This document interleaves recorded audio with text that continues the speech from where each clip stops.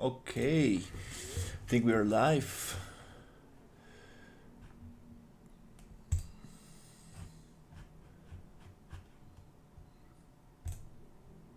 Nice. Okay.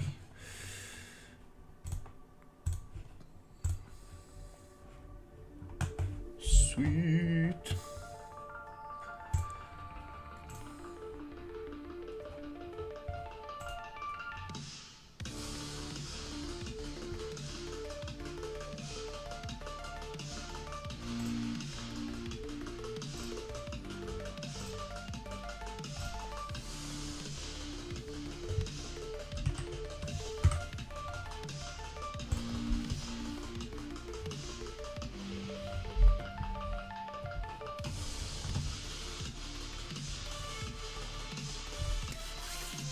All right, let's start.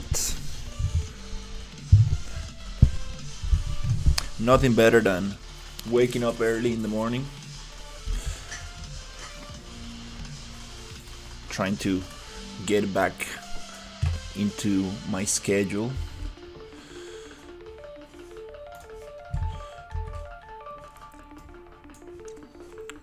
Okay, so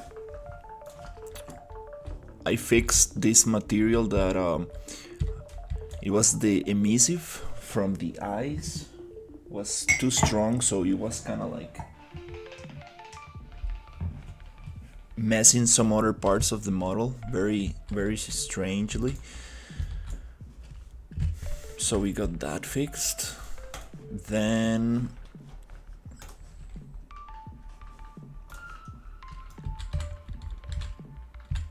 here for this character,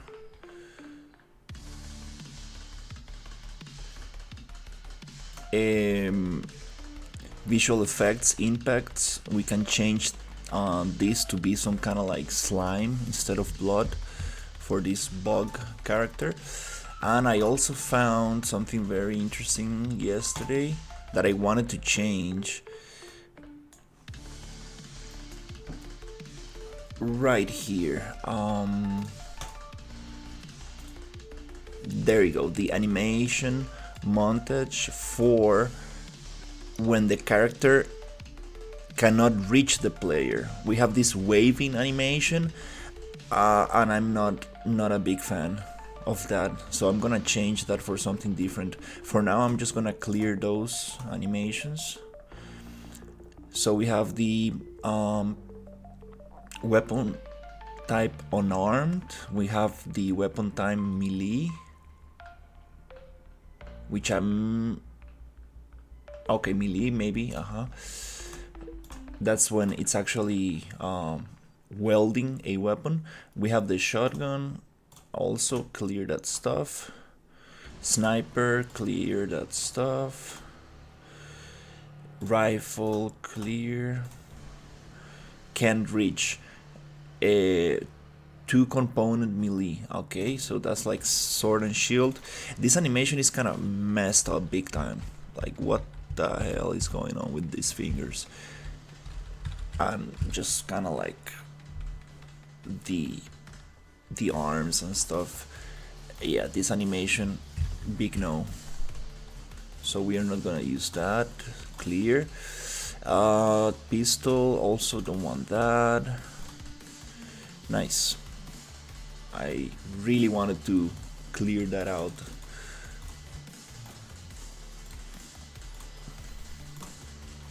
And might as well just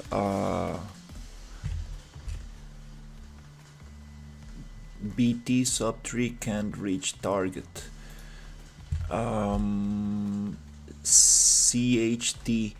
I wanna put this in a folder, in a collection, so I can actually, in case I update my project, I have it like nicely right here. So I remember that I actually modify everything I'm modifying. I put it into this collection so I can like remember. I don't think I'm going to be migrating this project to a newer version of the template. I'm just gonna do the updates myself, so I don't need to kind of like download a new version and just do all the migration of assets and everything. It's just a lot of work. So I think that's the best thing I can do. Alright, so we got that going. Since we have this character right here, I want to change the damage socket as well, which is on the skeleton, and I want to change it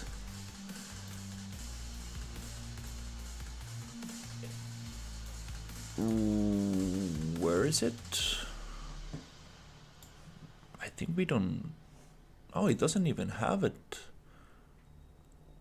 Oh, that's why it appears on the root. Okay, so to do that, I need to get the RPG character, skeletal mesh, and I believe this Manny has the damage indicator. Let me see, head. No, I think it's the sandbox. Skeleton UEFN mannequin. I think this is the one that actually carries the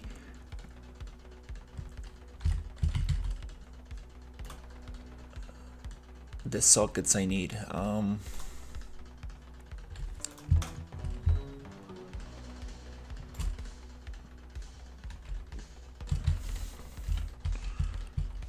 Damage. Okay, so we have damage indicator. Oh, it's on the root, but it's just high up in there. Okay, so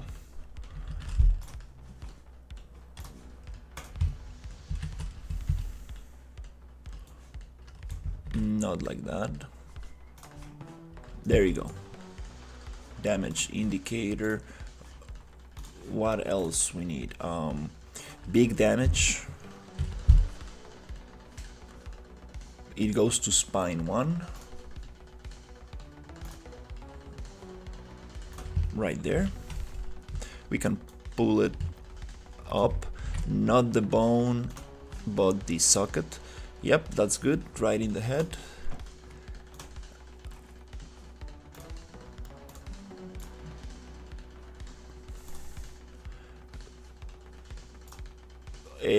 Okay, radial damage.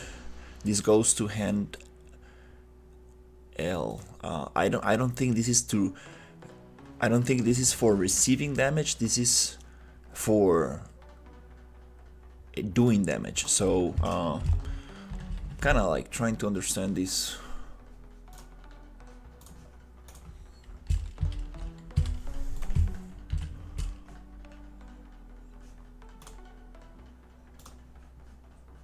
Okay, nice, we got that. And let's also get the world map marker, damage indicate. Okay, the world map marker, which I believe is the little knife that shows where the enemy is, which is something that I actually want to get rid of, because don't want to show, hey, how's it going?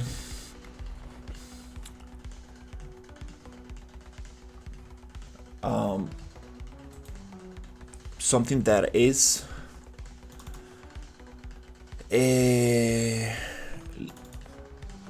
something that I want to get rid of, because I mean, like, I don't want to show the location of the enemies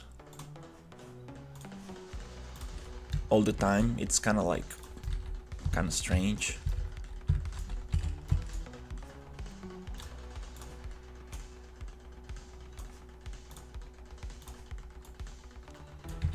Wow, I haven't worked on my personal projects right in the morning. It's such a nice thing, to be honest. Like, you are so fresh and so kind of like just awake, instead of just working 8 hours and then trying to work on your project all tired and kind of like distracted. It's just so nice to be sharp. The morning is the best time. There's nothing better than waking up like very early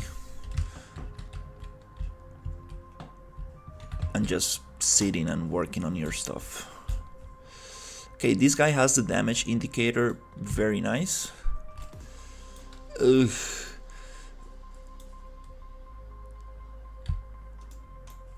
And now we have the damage indicator right on this one as well.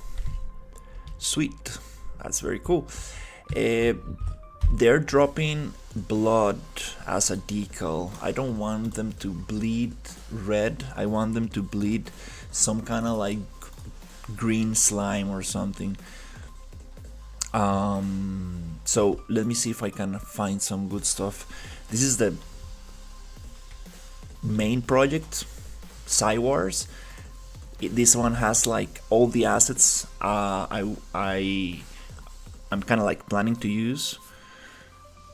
Then this is kind of like the test version where I'm just testing crazy stuff. This is like the blockout version. This is where I tested the errand landscapes, and this is the actual project. So I think I need to carry some stuff from here, make a backup of this blockout, and this one can also be deleted, so I can just have 2 projects, no more, because it gets a little confusing. And all my past backups, I also need to delete them, because I'm getting too many backups. That's what happens when you don't use source control. It's a little messy. I probably need to set up my source control and and do things like properly. That's a cool character. I'm very proud of this frog. Alright, so yeah, I was making this for the swamp environment, but I'm gonna do only a desert environment. Just let's keep things a little bit more smaller and nicer, because I don't want to dilute myself too much. Don't want to spread myself too thin. So trying to make something very tiny, but trying to polish it as much as possible. Okay, so we came here for slime and puke VFX. Okay, let's see what we got here. We have some Niagara effects, but the thing is that I want to I'm not sure if this is gonna work, because I'm looking for, I believe it's a decal. These guys work with a decal when it comes to blood here. I'm not sure how can I make them spawn Niagara effects when they get hit. That's what I'm trying to understand.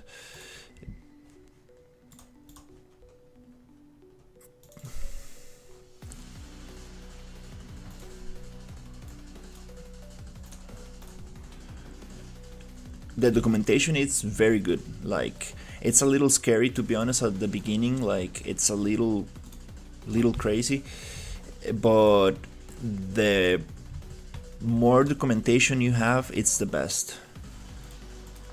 I think it's actually very good documentation. It gives you examples on how to use things. It's just that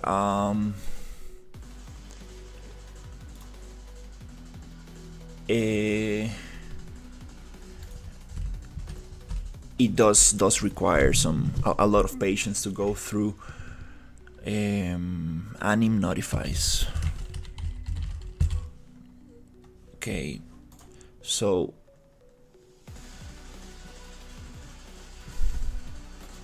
anim notify, close combat, anim notify, simple attack, skill tree. Yeah, this is... Oops, I'm gonna be spending so much time just learning this, how to set up the enemies properly. I'm super interested in that stuff. That's why I wanna push this first level. I wanna push the let's say like the environment.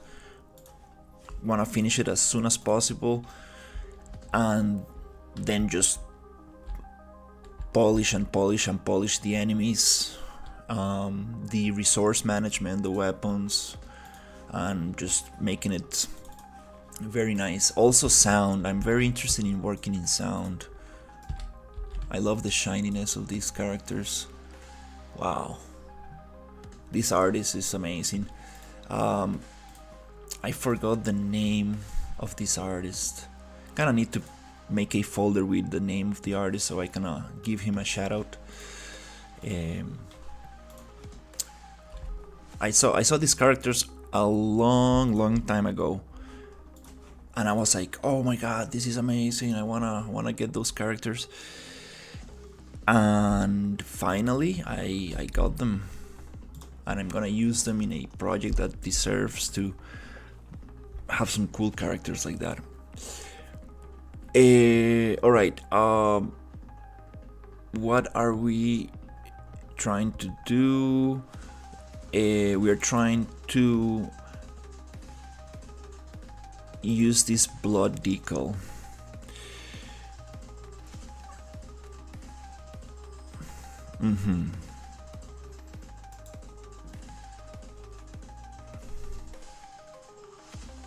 So we're gonna find the reference.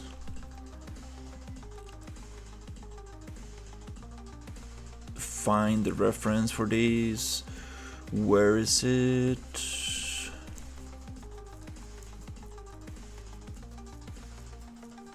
Oops, totally forgot.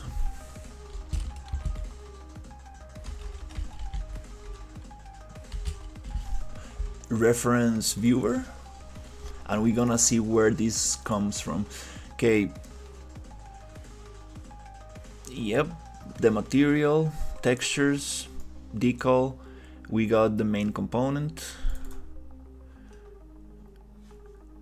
and the main component, this is like the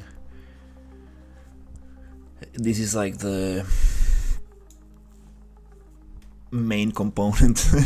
Basically, it like most of the logic goes through there.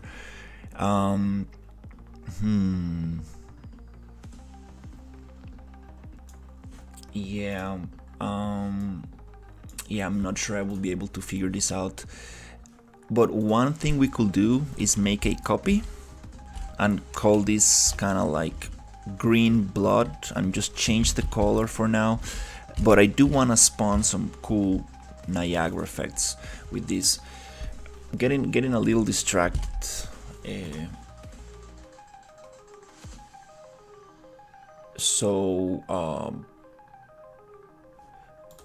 Oh, we can just change the color here. That's awesome. This is an instance, material instance. Perfect. Okay, yeah, let's just change the color to something radioactive green, super bright.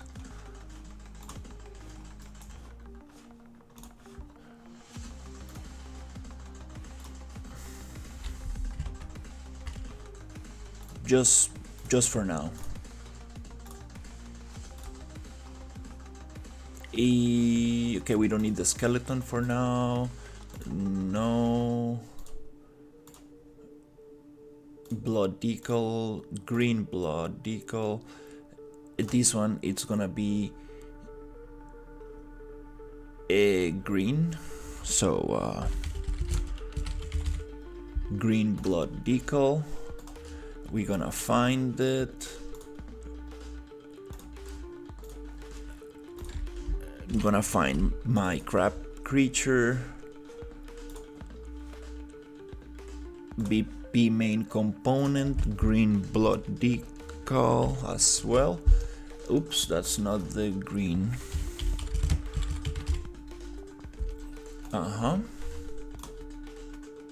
Awesome.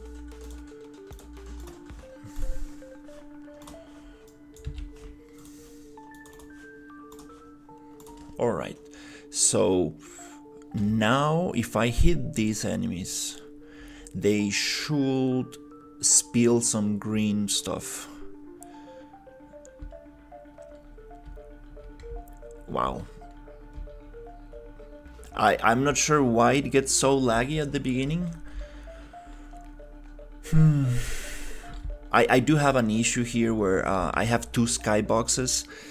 I'm using the Ultra Dynamic Sky and this skybox on top. That's not the right way to do it, so that might be causing performance issues because I'm kind of like getting two skyboxes, which might mess up performance. I do love this sniper weapon. Change the damage on it so I can like one-shot enemies.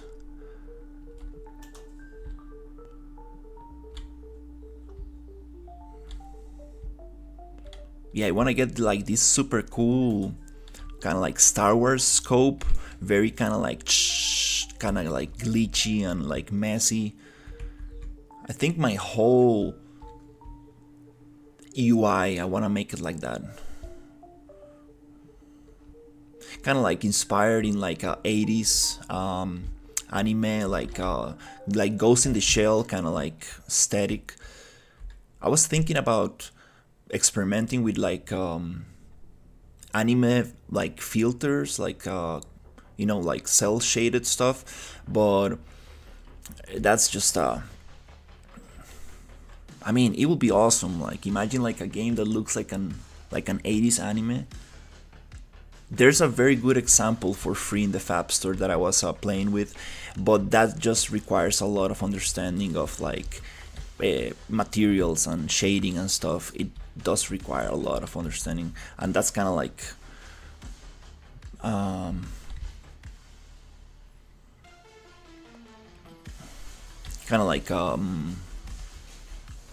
out of the scope, but kind of like wanna give it a try to see how difficult it is.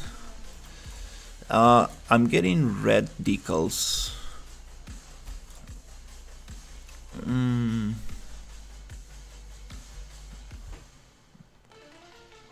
Okay, maybe that's not where you change it. Yeah, I have this dash animation where I want to make it. It was super strong. Like I was able to kind of like dash for like 10 meters or something, like kind of like superhero like. And I modified the animation, and now it kind of feels wrong because I probably messed up the keyframes. Kind of feels kind of like doesn't have that much impact, and it does not consume energy, so I can make it like infinite. I need to make this to consume energy, so you can make it once every, I don't know how many seconds, so it doesn't feel like we are some kind of something. Oof, is very wrong with these enemies. They really bug the game. Damn, what's going on? Ouch. Performance, it's terrible. I'm getting 8 frames. Oof.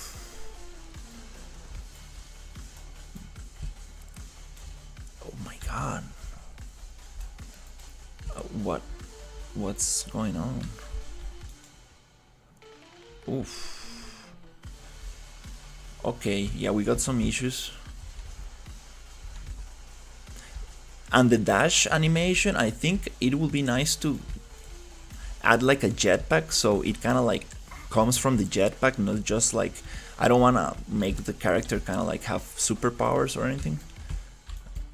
No, we're still getting red decals.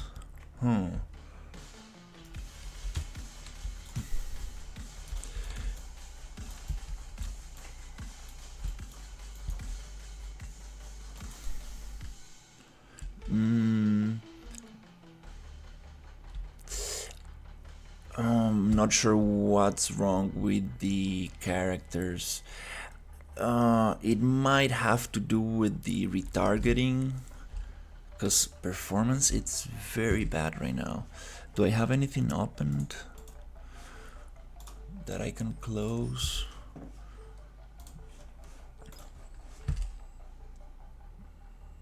I have two projects open. Oh, that makes a lot of sense. Okay, okay, yeah. That's funny. That's very funny. Slime and Puke VFX. Let's just actually take that. That makes a lot of sense. I was like, I'm pretty sure this project runs a little better than that. Content, migrate.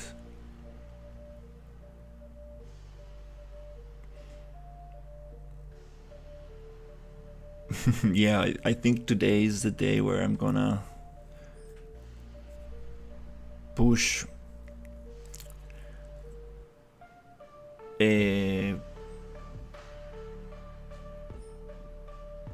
all the main assets to the main project. I've been kind of like holding back since the template I'm using, the RPG engine, is getting too many updates.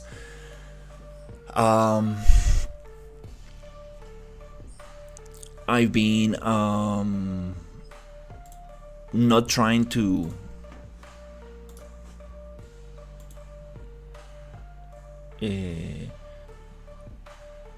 let's say not trying to work too much on that, not make it like the main project, but I think it's time to actually clean stuff up and organize a little bit. Okay, triplanar textures. I have a very cool material that I made with a tutorial, and it's like a tileable material. This, let's get these two.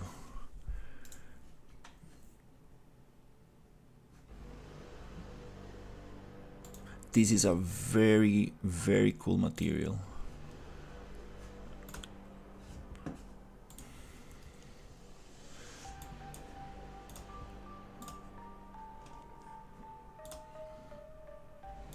Can't wait to use substance materials in here. The .sbrs in Unreal 5.6. I'm waiting for the plugin to get updated. I can always just export the maps from Substance Painter, but there's such a nice thing to be able to modify these smart materials inside Unreal. It's very, very cool.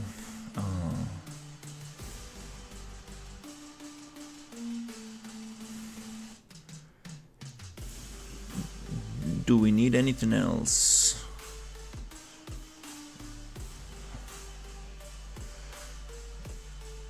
Okay, I got some PCG stuff here. No. This is super nice.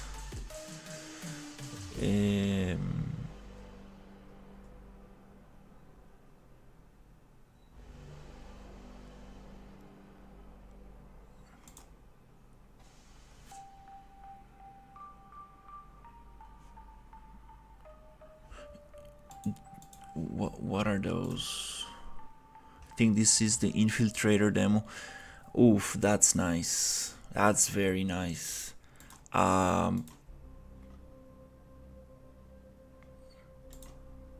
The alien stuff.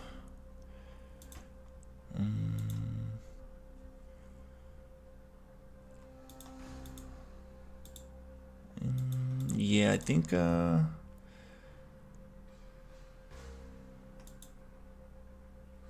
Okay, no, let's take it easy. Yeah.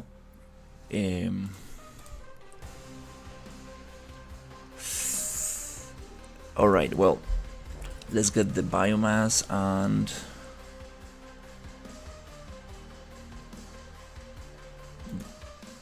the egg life form. These two go together.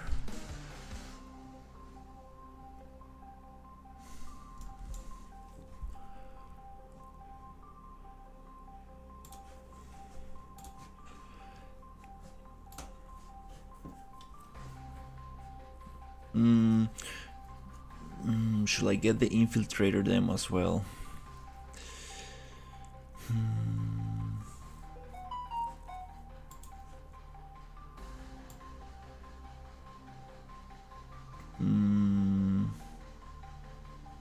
No, probably not. Oof. I missed this helmet. I modeled this in Unreal. Super rough. Block out. Kind of like some Warhammer kind of inspired stuff. I might make an enemy with this armor, like a heavy soldier. That's cool because this is like even though like it's inspired in Warhammer, it's kind of like something that I made. Kind of wanna make more stuff myself. But alright, anyways, I think that's enough for now. I'm gonna close this project before I get distracted.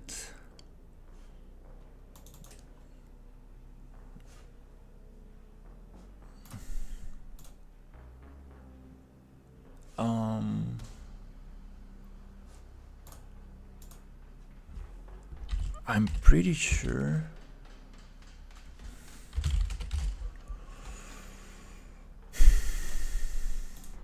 Pretty sure we had some cool materials for this.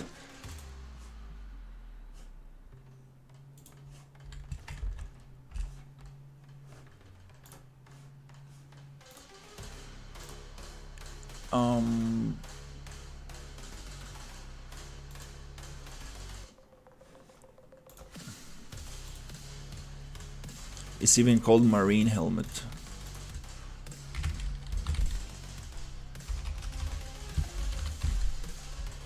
Oh yeah, we do have it.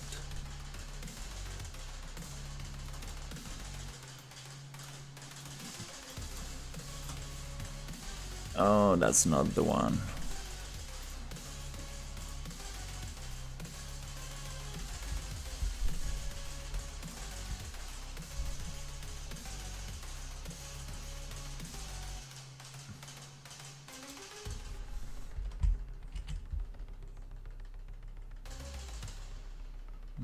That's not the one.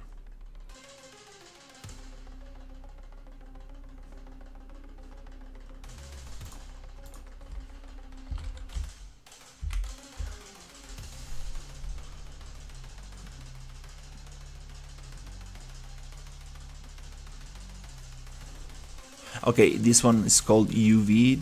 I think this is the one. So, yeah, I'm sorry, this is not.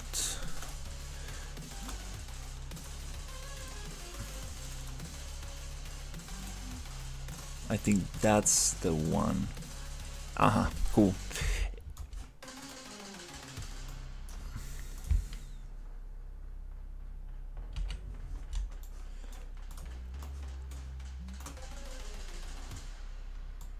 There you go.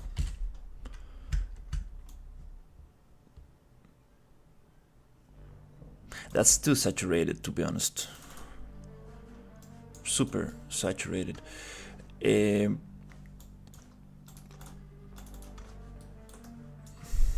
That Base color is not loading properly. It's supposed to be this color. Okay.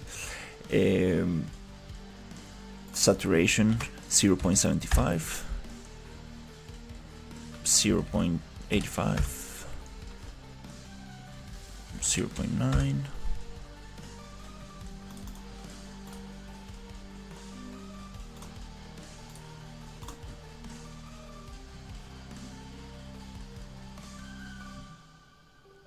Yeah, this blue is crazy saturated.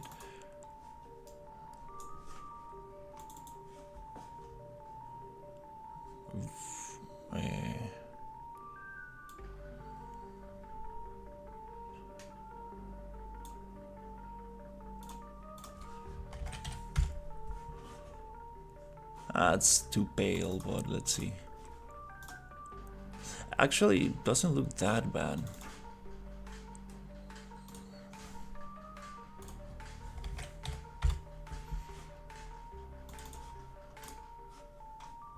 That's kind of cool.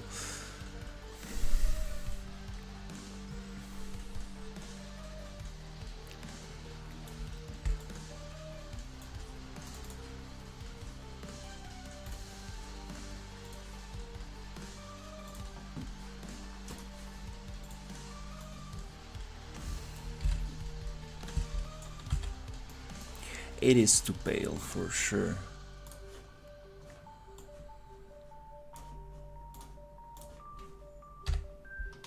Is this Unreal 5.5? Okay.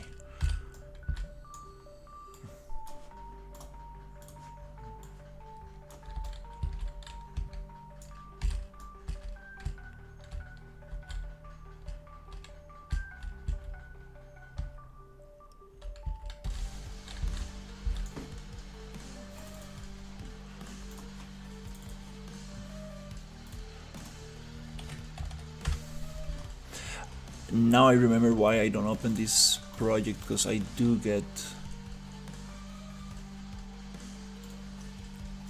too distracted with this. Anyways, that's cool. Yeah, let's leave it here and let's go back to the main project. It's the same project, it's just that it's another. I wonder if I can retarget this toad to the actual gasp skeleton. I think it has all the bones necessary. It's gonna look very strange because the legs are not, yeah, the legs are not gonna work that well, because we have 1, 2, 3 bones instead of just 1, 2.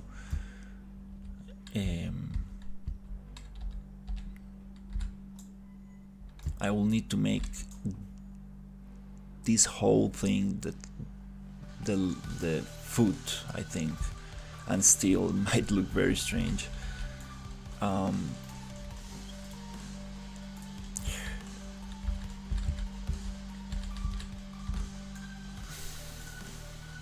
Okay.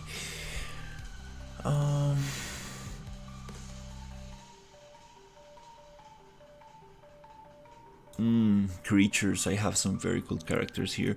I'm not gonna touch that right now. The Infiltrator demo.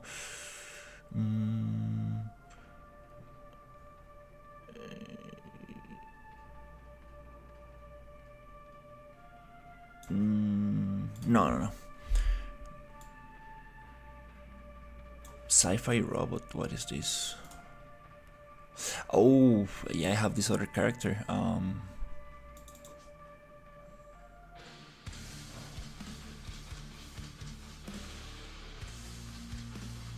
Too much stuff in this project.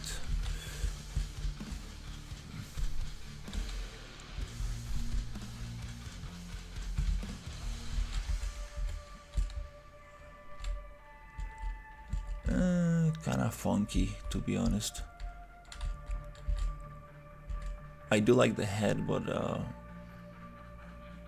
it looks too heavy on here and too little thin. The fingers are the palms are very thick and the fingers are very short.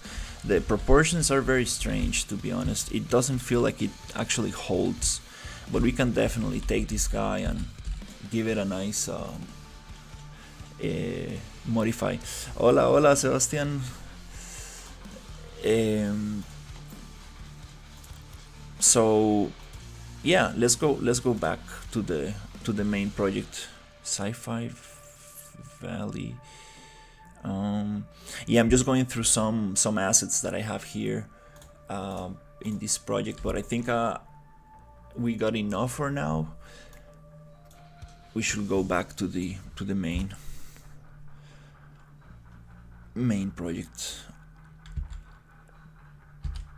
Now performance should be better, because we have only one project open.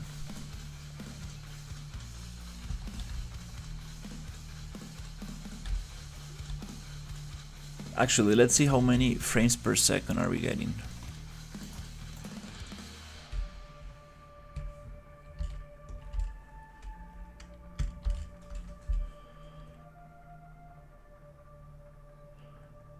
Roblox. ¿Cómo se llama? Sí, he jugado Roblox.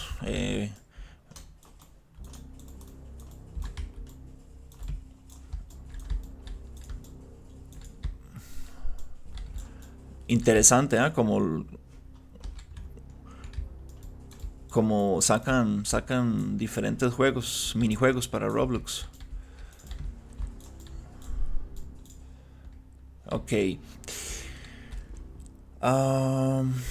Okay, performance is way better now, and I saw some green decals, which is nice, but I'm not sure how to change all of them.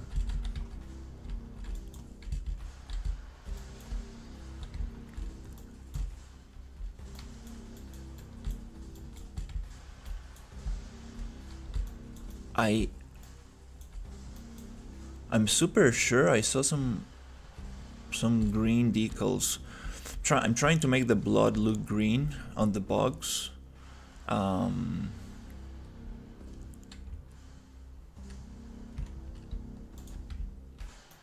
Yeah, this is another enemy I'm working on. A little buggy, to be honest. This one will require definitely some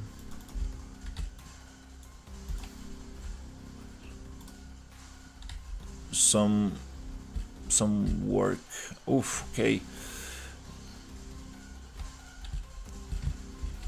He has a rocket launcher, and it just really you don't have much time to kind of like move away from it.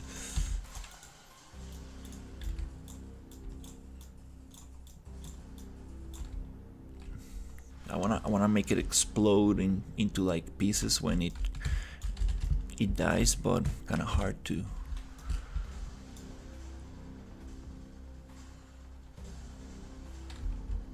To make that work with the whole thing I got going on.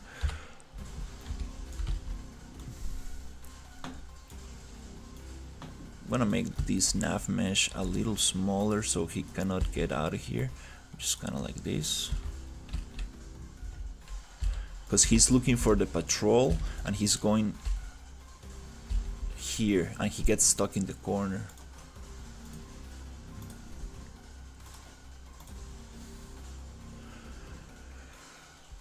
Okay,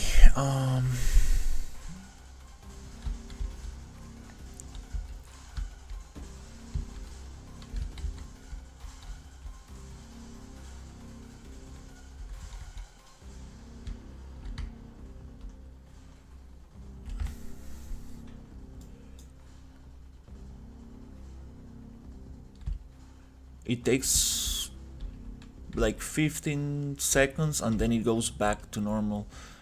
That's very strange. Not sure why it does that. Oh, you see? We got some green. Oh, now I'm bleeding green. I'm the one bleeding green. I think I changed it in the wrong. Oof, we got some terrible frame rate. Oh no. Okay, well.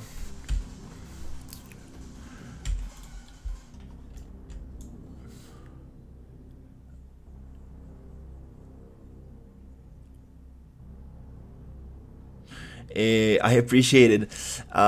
This is the RPG engine. This is a template that I bought. I'm not a coder by any chance. I'm a world builder, environment artist, level designer, 3D generalist. So I'm trying to learn this template called the RPG engine, and it's super complex. But it's super powerful. Like, and the developer, it's amazing. Like, super helpful. But this goes very deep, like super deep, like anim notify. So I'm trying to learn how this is set up. Let me see. Skill tree. See, yeah, here's where I'm trying to understand how things are set up here. The thing with Gasp is that it's absolutely amazing.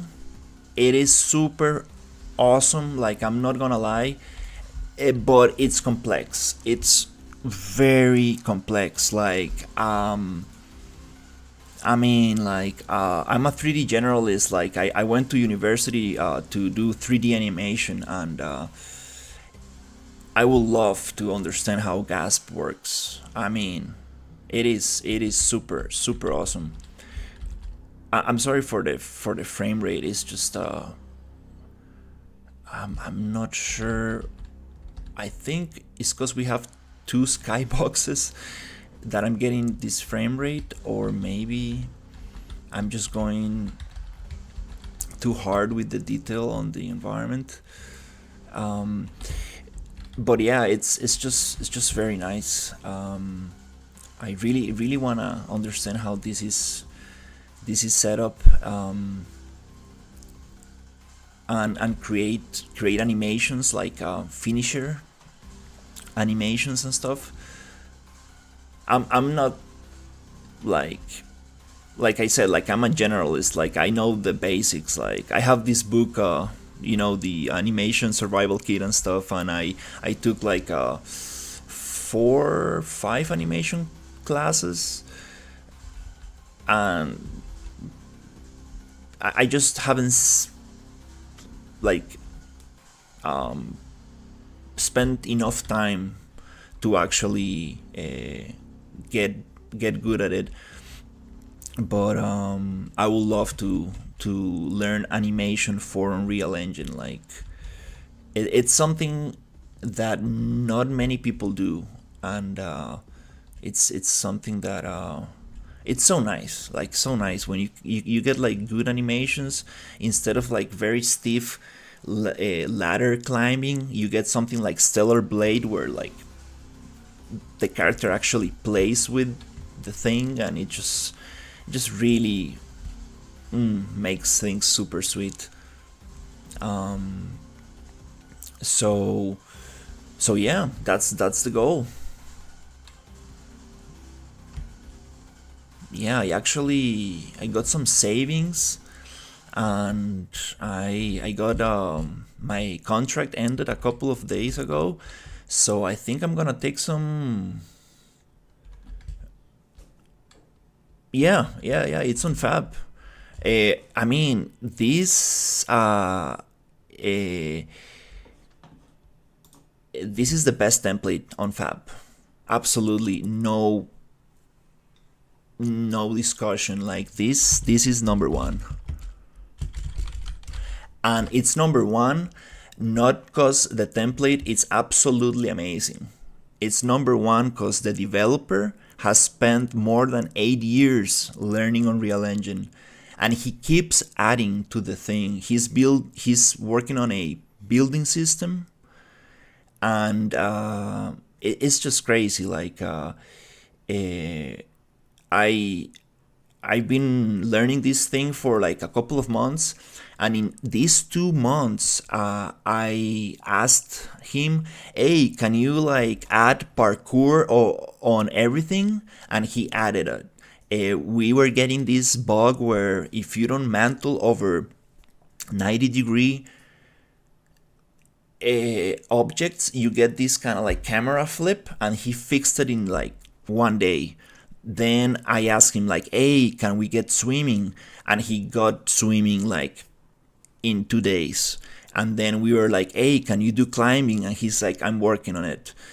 And I'm not sure if we're gonna get climbing soon because he has like other stuff in line. But it's amazing. Like I'm actually thinking of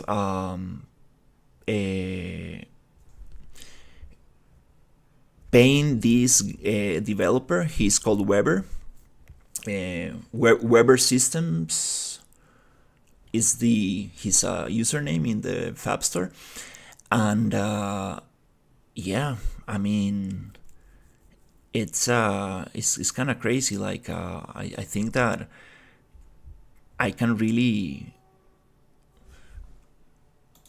do something very cool. Like this is the first time I feel like I'm actually I'm going to be able to actually get like a cool project out.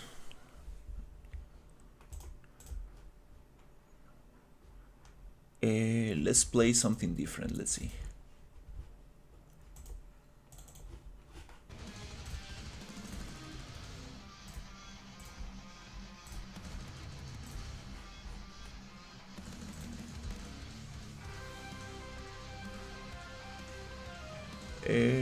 Okay, there you go.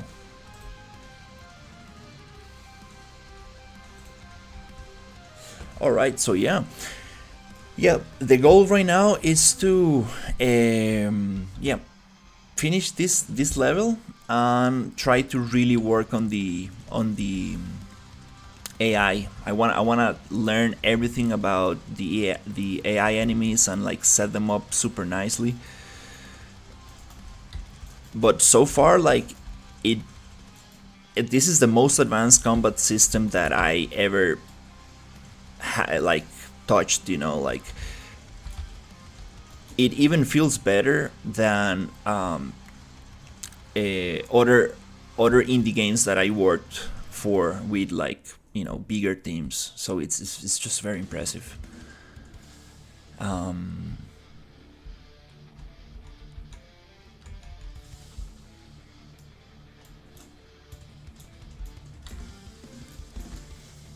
This is this is not part of the template. I'm just trying to make this mech work. That's it's absolutely terrible, but we're gonna get it there. All right, let's focus on the environment. As soon as I get this industrial area finished, there's no escape. I'm gonna focus 100% in the difficult things, the AI, the resource management, all the cool stuff that actually makes a game play nice. And also he has like this crazy documentation, and it's super deep. Like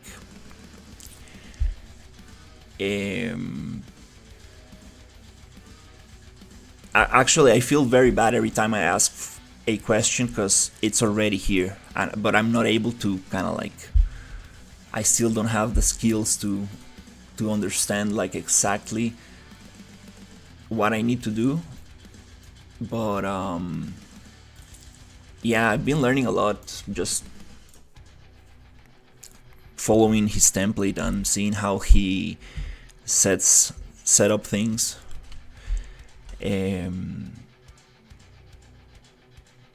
Anyways, 100% recommended for sure.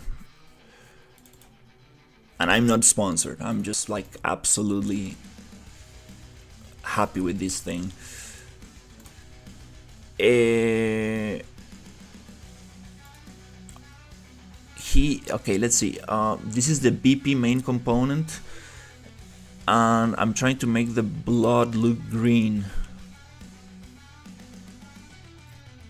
This is a component. If I change it here, does it change in the main character? I don't think so. Because I was looking at my character, and actually my character is bleeding green, which is not what I wanted.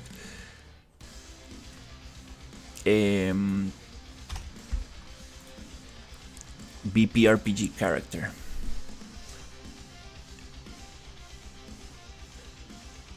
Inside the BP main component, no, it's a blood decal. Okay,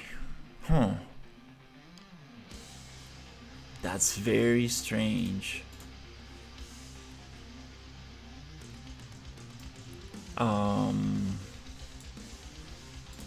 Anyways, not going to worry too much about it.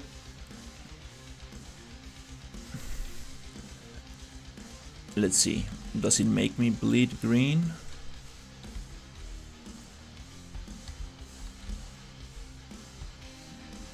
I'm totally sure I was bleeding green.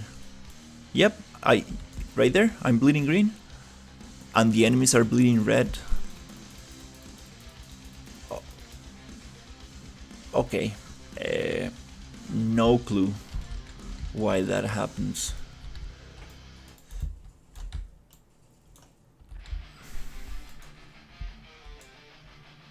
Yeah, also I want them to charge at me and jump like, but it's okay, it's okay. Not gonna do that right now because I have no clue how to change that. I know it has to do with the dash animation montage. So I need to go to the skill tree and change it from shielding to dashing. So instead of like blocking, he's gonna just dash forward into me. And if I can combine those into like shielding and dashing, that would be awesome. Yeah, I mean, I would love to do like finishers, like some kind of like Batman Arkham Asylum finishers and like some kind of like Warhammer finishers. That will be amazing, and definitely we can do that. The other thing I would like to learn is how to implement enemies that are not using Gasp with the same AI. I kind of like did it here, but that's definitely not the way to do things. I need to link the animation blueprint with the AI brains so everything works nicely. And here I'm kind of like cheating, and definitely not the way to do it. But yeah,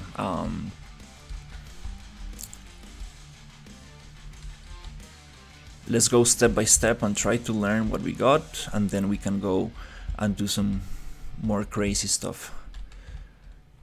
Let's learn the basics, how things are set up, and then we can actually start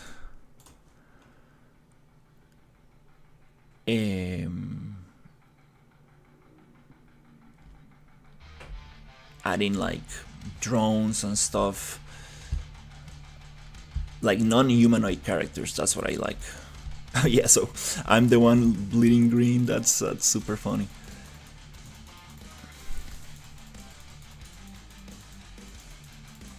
Yeah, there's This trail effect, I'm gonna get rid of that. Not a big fan of that trail effect.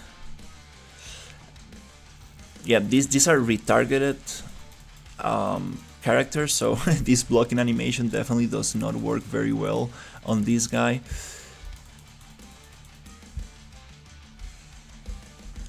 And the list goes on.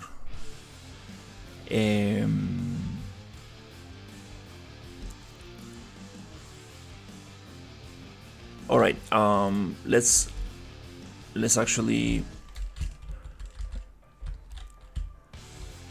work on the environment. Yeah, let's actually get the environment, because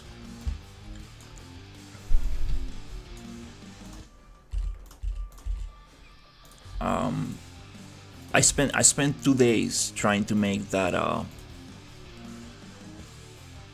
mech work, and I'm super happy with what I accomplished, but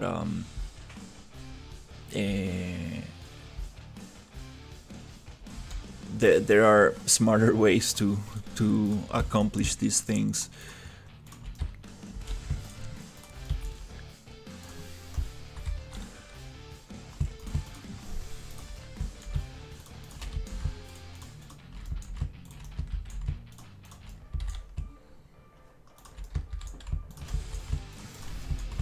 I'm gonna focus on learning the template very well, and then I can actually modify things.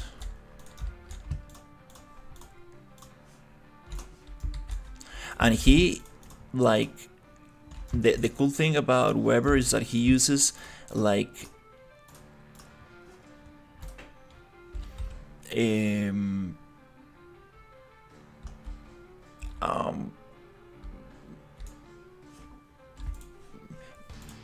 I don't want to say it like this, but I believe he uses the best practices. Like, he keeps updating. Like, for example, a couple of updates ago, like, he changed the whole animation blueprint of the character. So it's very cool, and like, he has a meta-human version of the project as well, and he got this plugin Mutable working and stuff. That's super advanced stuff. I'm like, I don't really want to use meta-humans and stuff, because that's probably out of my scope for the project. But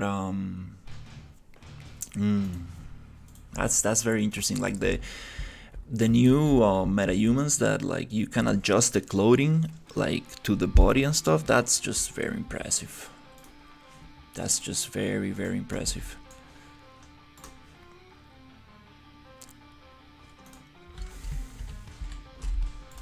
But again, I'm not sure that I want to go into that path of creating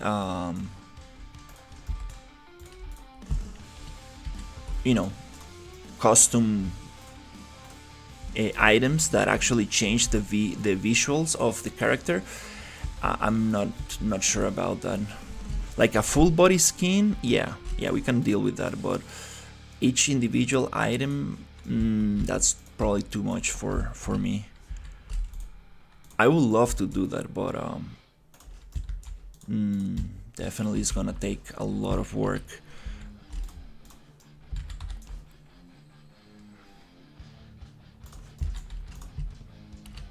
Need to keep the scope as small as possible.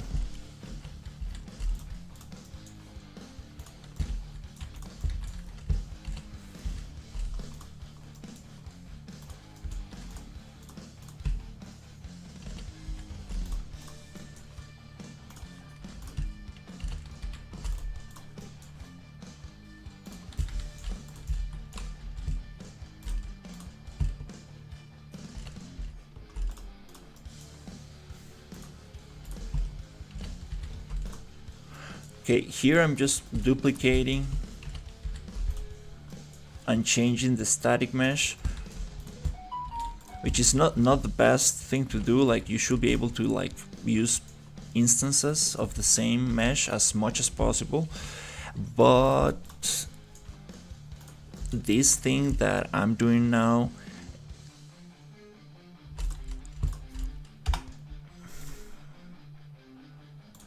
is kind of cool, because if I want to boolean these things and create like unique broken meshes, now I have actually individual instances to do that. So that's kind of cool. And to be honest, for optimization purposes, I think I'm gonna merge most of these anyways, most likely. So I think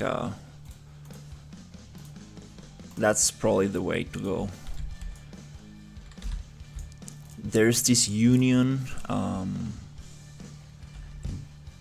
boolean, I think, that takes out the interior faces, so I can optimize a little bit there. I'm not sure how much that matters now with Nanite and stuff. Maybe it will help because it's not like using so much texture. Yeah, that's the cool thing. Like, that's what I'm really interested in. Like, making like a super heavy environment and optimizing it. Kind of like the main goal of the project. I think that's what I want to achieve. Okay, I want to push this as fast as possible.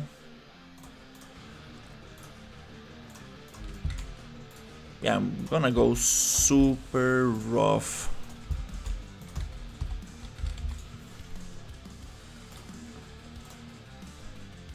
Oh, that happens when you don't do a copy, and when you don't do a duplicate and change the instance.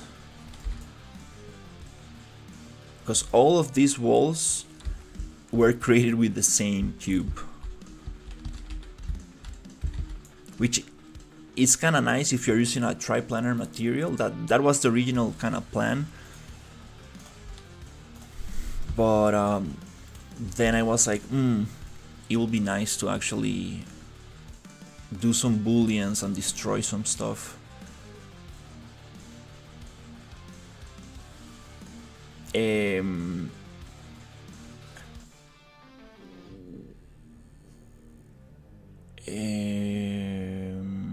Let's see, bake.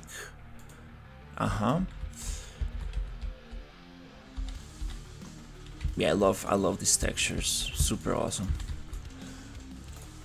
This material works very nicely, but the meshes need to be baked to 1 in scale, because it's a material that is affected by the scale of the object, not the UVs. It's kind of strange how they set this material up.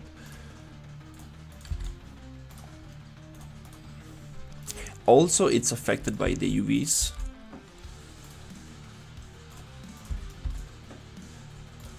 But also by the scale, which is kind of like different from other. Up, nope, oops.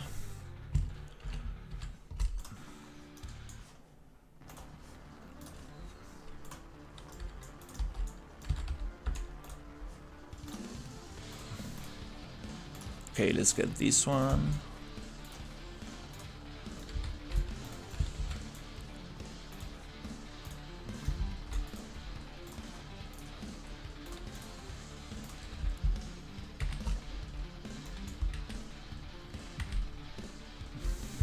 Keep making the same mistake.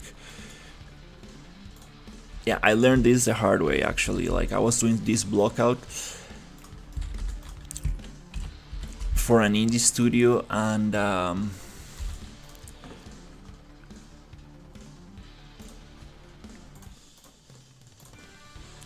I messed up with the instances a lot.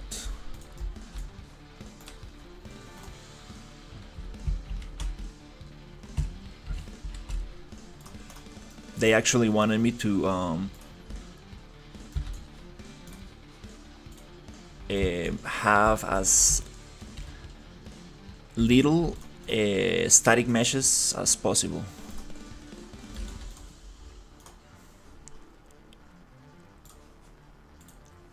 And I actually just had unique pieces everywhere, so it was a little hard.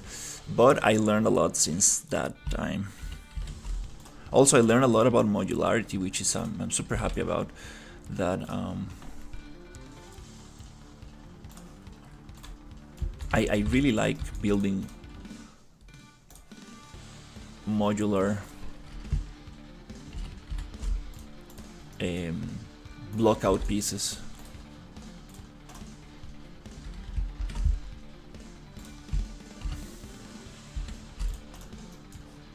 I need to create a script for this thing that I'm doing right now. It's kind of funny.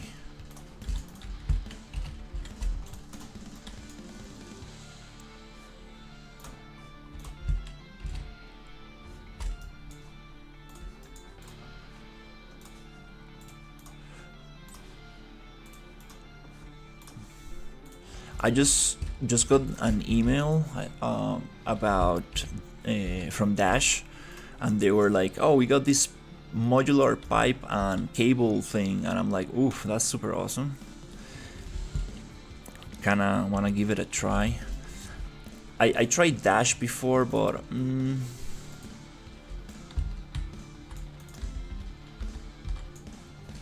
the fact that it's a subscription model, I'm not a big fan of subscriptions. I don't mind paying one time, but being a subscription is like and all the things that Dash do, you can kind of like do them with PCG or blueprints. It does definitely take effort, but there's also many other solutions to what they offer.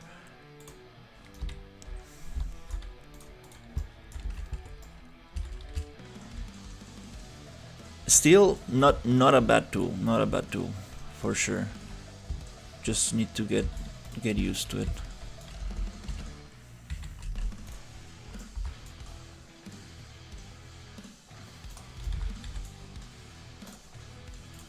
There's this other thing called IA scatter, which is super awesome. Hey, how's it going? Long time no see. Today I'm pushing the environment as hard as possible. I'm really trying to get some progress today.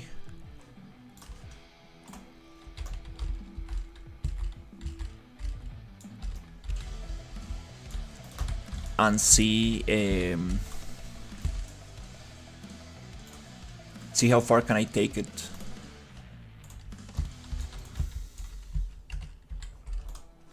I'm doing like a little bit of the annoying work right now, which is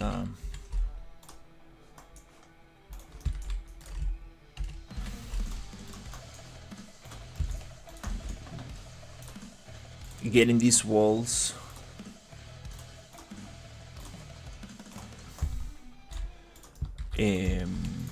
with the right texture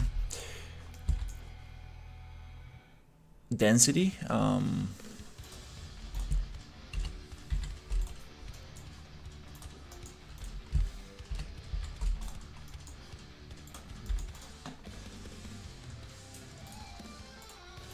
So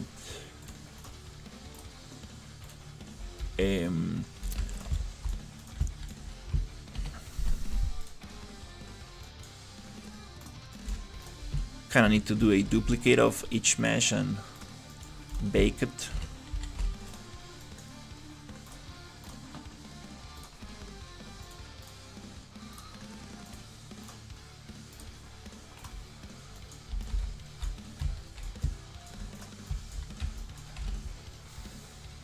Hey, how's it going?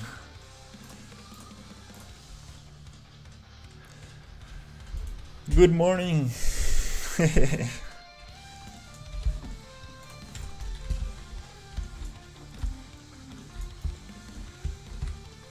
Okay, so we got this, and the plan is to finish it until here. This is going to be like the research lab facility where the alien specimens, the creatures, kind of like broke from their containment, and they started attacking the guards and stuff. And you will see like biomass, like your typical alien stuff on the walls and stuff. And here is like the industrial area where you have all the mechanical instruments and like energy facility kind of part of things. I appreciate it. Yeah, I'm trying to push it hard. I'm trying to push it hard and make a small, very tiny little demo, and get as much feedback as possible, and polish it as much as possible. Yeah, I actually I got savings to go for 1 year unemployed, and I'm really thinking of just going hard. Maybe not 1 year, maybe 10 months, to be honest. Yeah, maybe 10 months if I think about other expenses and stuff. But I think I can go 10 months without working.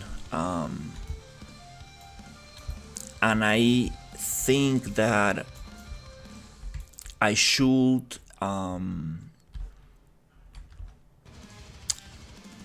I should pay the developer of this template to help me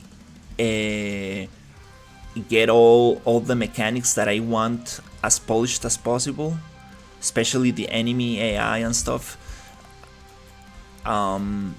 And that way I can really like. Oh my god, performance is terrible. I don't know what's wrong with these enemies. Texture size or retargeting, or I don't know, but oof. If I get this to run at 30 frames per second, I'll be super happy. So yeah, that's my plan. Like, to be honest,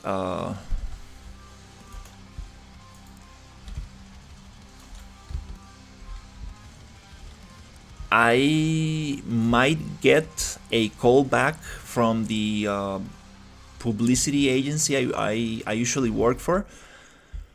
But yeah, right now I'm just trying to go full time for in this project.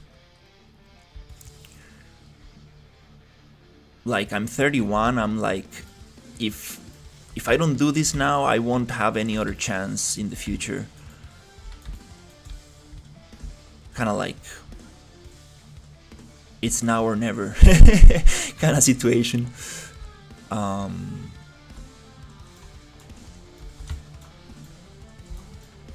I just don't want to be 40 years old and be like, oh man, I never finished a game. I never did that thing that I really wanted to.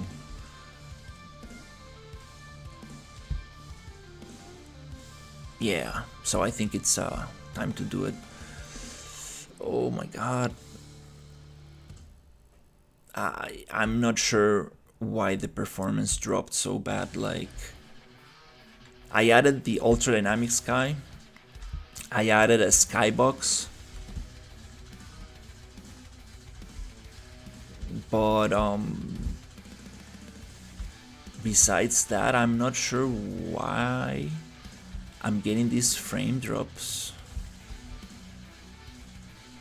Very, very nasty frame drops.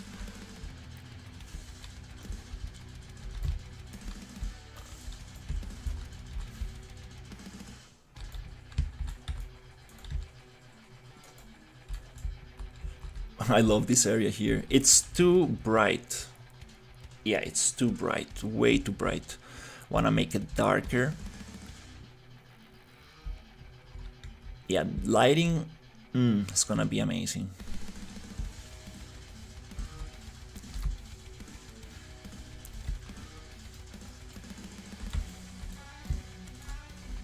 Gonna spend some serious time getting the lighting properly.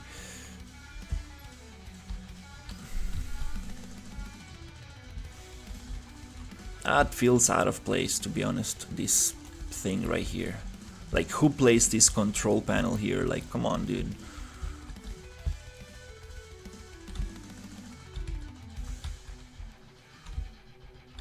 So yeah, I'm trying to really find that sweet spot between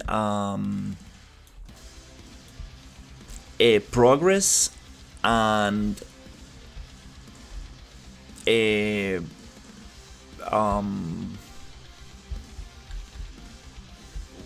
doing things well. I'm not sure how to say it. Between progress and sloppiness, like how fast can I progress without like being too sloppy? Kind of like trying to see the whole picture and be like, yeah, I cannot focus on little details. I need to focus on the main picture. So this is it. Like, this is the level that I'm going to build.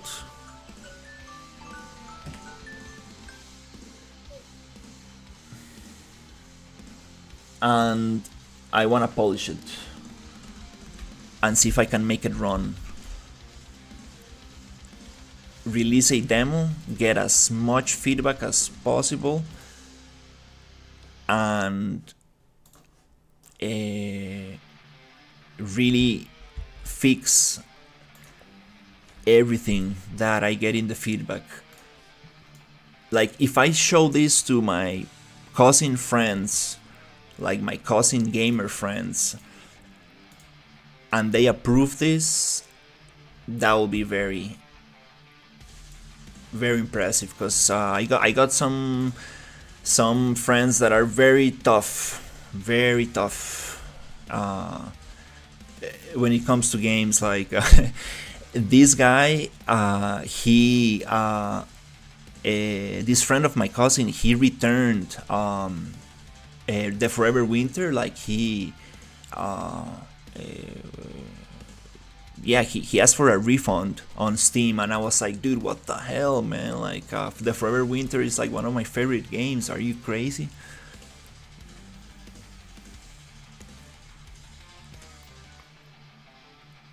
Yeah, I was thinking on how much should I charge for it, and I don't think I'm gonna charge more than 2 digits for it. It needs to be below $10, absolutely. I think that it needs to be $7.5. It needs to be like not free, but not below, not above $10. Like, if the Forever Winter it's $15, I mean, I cannot charge more than 10, because no. I mean, like, it's gonna be like a very it's a hard topic. I don't want to get into it, but definitely it needs to be at least $5. So it's kind of hard to put this into words, like even in Spanish, or like I wouldn't be able to like explain this properly, but it's about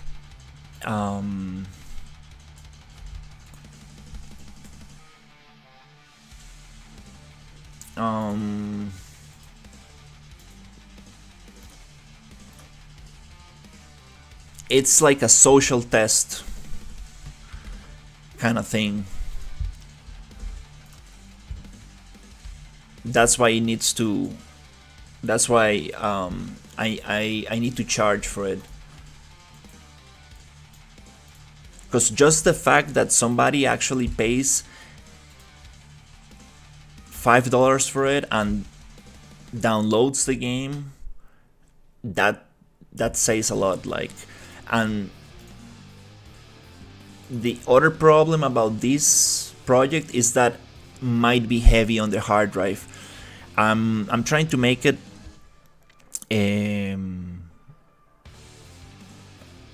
like below 50 gigabytes, but I know it's gonna be heavy because I'm gonna like use a lot of it's gonna be like visually heavy. So that's another thing that will make people kind of like step away from it. Like they will be like, I don't know, this is not gonna run properly, this is just too much space in the hard drive. That's a big pushback, to be honest. But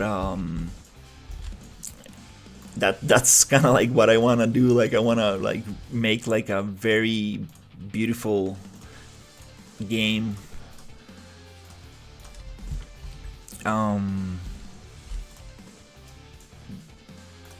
That's one of my main motivators, to be honest. Like I always done like 3D for renders and like visualizations and stuff, like, but I want to do something that runs in real time. I that's kind of like really something that really motivates me a lot.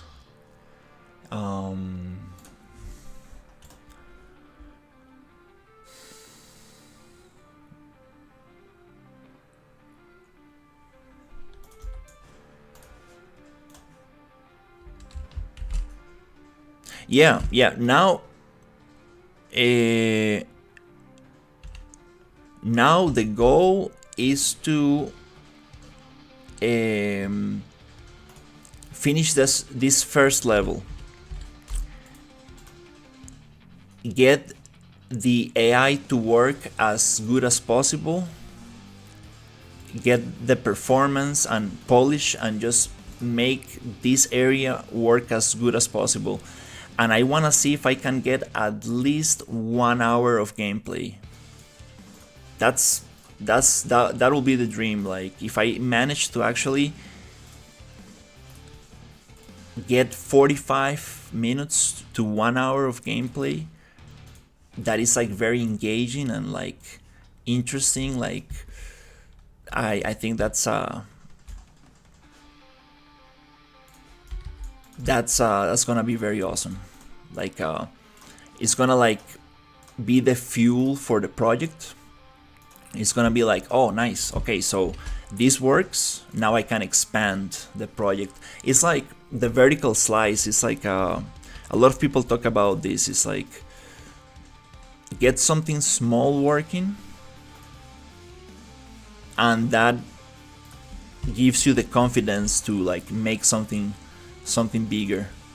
And then you get like the mountain, the content mountain, where it's like, okay, now we have the mechanics working and everything's nice. Now we actually need to create content for the game, and that's just a super grind.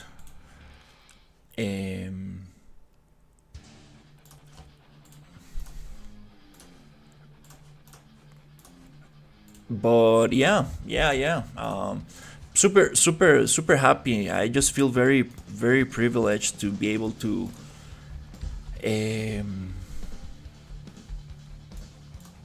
do this. Like it's crazy. Like I mean,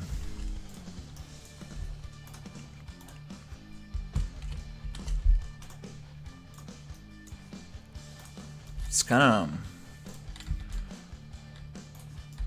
yeah, I'm going too deep with these topics. I'm sorry, but it's kind of crazy. Like if what will I be doing if I didn't have this kind of like savings and this kind of like like safe mattress where I can lay down on. Like, wow.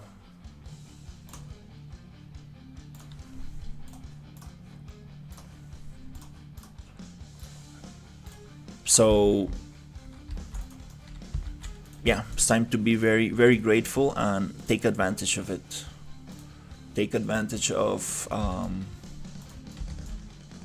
I'm gonna leave this actually separated because I might make something here.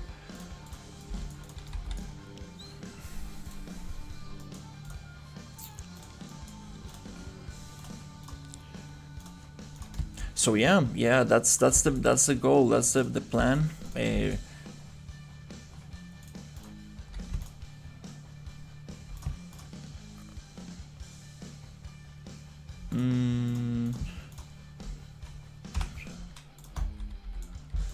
Really take advantage of this time that I got.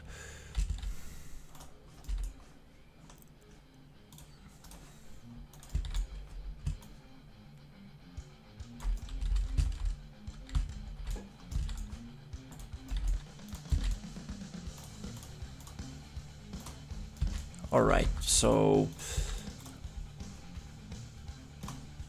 I'm gonna bake this. Oops.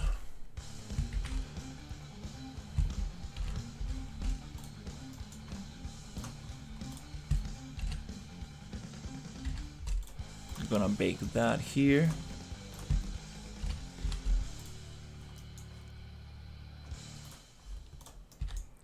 Yeah, when it comes to the story, I'm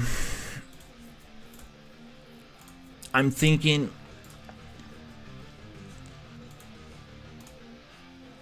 instead of cutscenes, what if I make like a comic, kind of like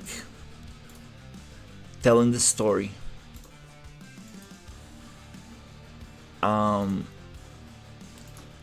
The Forever Winter, like, it's super cool because it doesn't have any lip sync at all. When you get a quest, you get like this character and you get text. It's kind of like old school and just very, very nice technique to kind of like save on animation and lip sync, which is there are tools for it, but I'm not getting into that.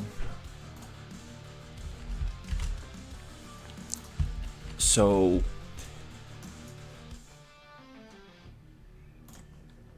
that's a very interesting resource.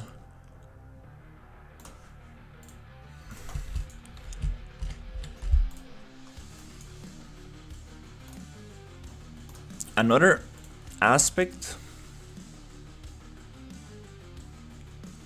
Hey, how's it going? Yeah, I'm trying to wake up as early as possible, and I'm trying to go full time with the project. So I'm trying to. I'm not sure if I will be able to stream 8 hours per day like I used to do. I remember I had this client and he got me like a lot of Cinti assets, and he was like, hey, can you build me like this Dragon Island? And I was streaming 8 hours per day. That was crazy. But at the same time, like, that's how much time you need to spend on an office. So it's just that there's some stuff that I don't want to do live. For example, I don't want to spend 2 hours reading documentation live. And, you know, don't want to look like I don't know what I'm doing, because I definitely don't know what I'm doing. For 2 hours straight.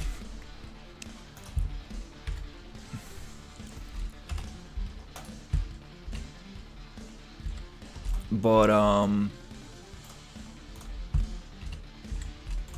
it's kind of nice. It's kind of nice when you kind of like can solve things.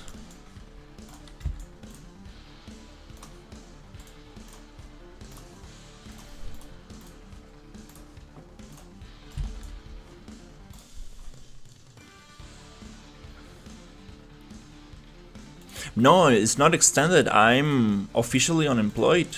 My contract ended on Monday, so I've been free. I have enough savings to go unemployed for about 1 year, 10 months, 10 months to be honest, because I'm gonna like definitely spend money on other things, but yeah, I have enough savings, and I'm almost 100% sure that the publicity agency that I usually work for, they might call me back in that year. When they have like a like work overload, they call me.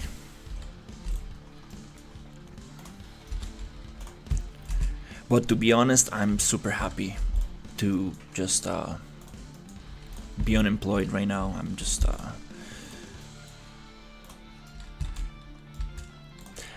I haven't felt this many times in my life. I think I felt I had this feeling like just a couple of times.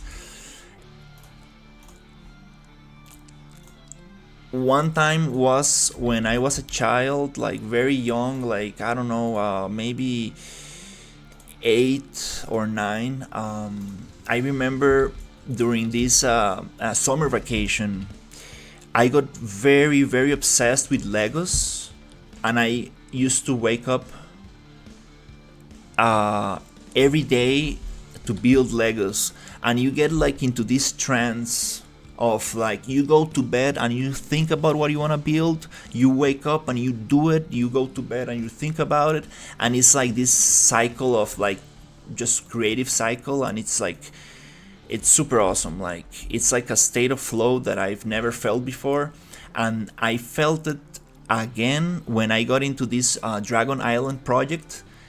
It was awesome. Like I used to go to bed thinking about, okay, I'm gonna build a snow area, okay, I'm gonna use these assets. Then I woke up in the morning and I just did it, and it felt like I was working while sleeping. Like it was just so nice, and I'm getting to that mind state again with this project. It's just so nice. Like it really, it's just very special. Like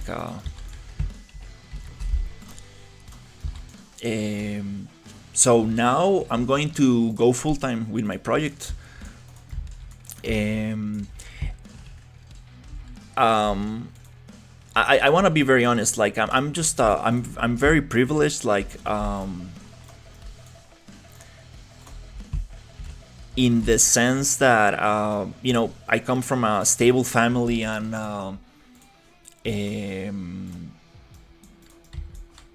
I even if I go totally broke, I will have a place to sleep and food, and my family is very chill, and my parents' house is like big enough, so it's not like I'm just very, very privileged in that sense, so I can really just risk it in that regard.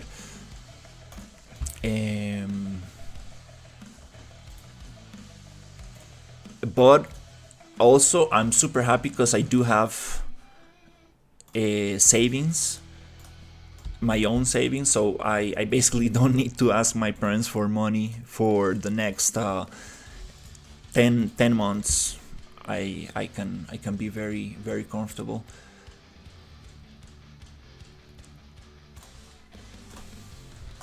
So the idea is to go full time and try to uh, release a demo in these 10 months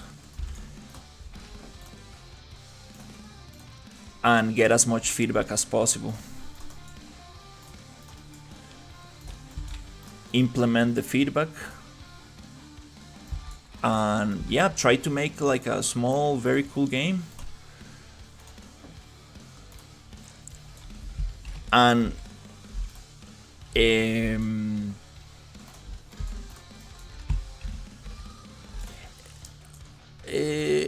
yeah, this. I mean, yeah, this is kind of like a hard topic to talk about, but um,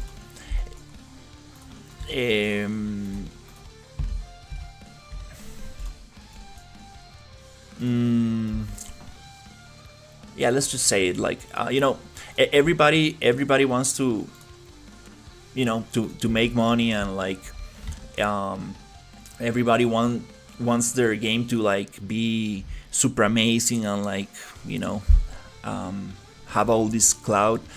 But the reality is that eh, there's too many games out there, so the actual chances of making like money from a game, it's very tiny, very very tiny. I appreciate it. So the main goal is to just make something very cool. So when I'm 40, I will be like,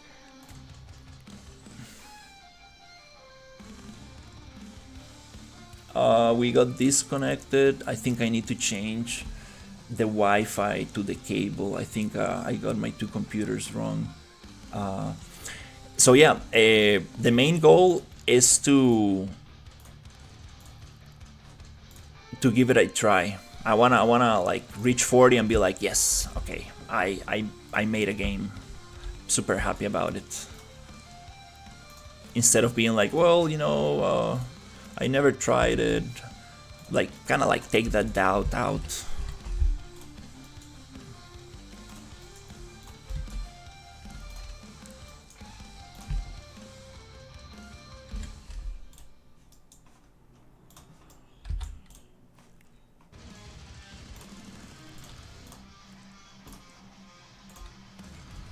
Let me change this. I need to change my playlist.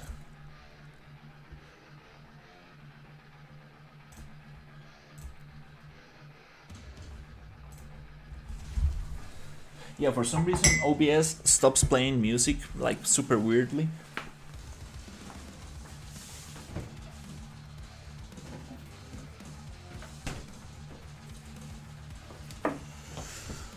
So I'm just playing it from desktop, which is like, probably not the best. Thankfully now I have two computers, so I can just use one for streaming.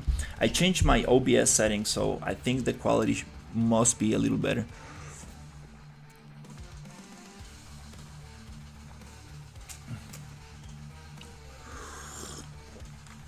Hey Sherry, how is it going? Do I have public life? Yeah, I do. I do have some friends, and I do. Let's say I'm dating somebody. Yeah, the thing is that eh, I used to work as a VJ, like a visual jockey, like mixing video for music events, and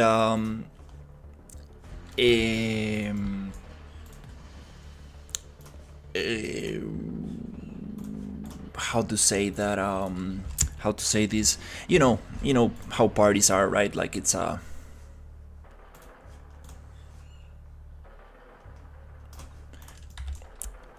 not the healthiest environment, right?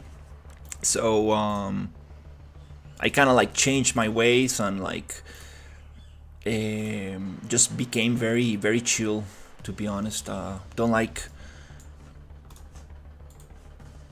um, going going out that much, and unfortunately most of my friends, they that's what they do, in the weekends, like, but But yeah, I do have other friends who like nature and like, healthy hobbies and stuff. So that's something I need to also go enjoy. But now it's let's get into Android mode. It's time to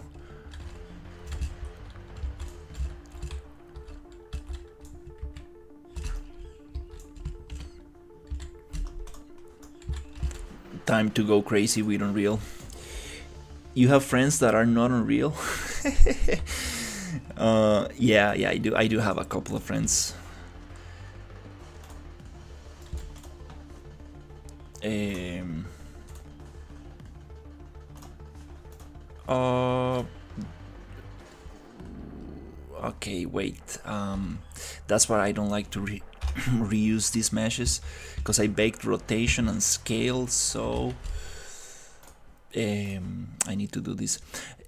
How is it going, Sherry? I saw you were publishing new music in Suno. Long time no see. I was going to text you the other day. I was like, what happened to Sherry? I haven't seen him in a long time.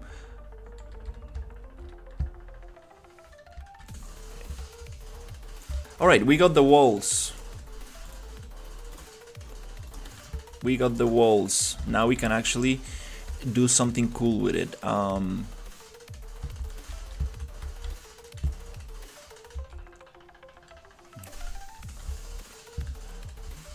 I appreciate it, Sherry.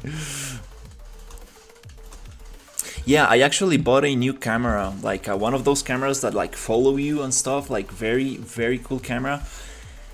But it got stuck in customs, and yeah,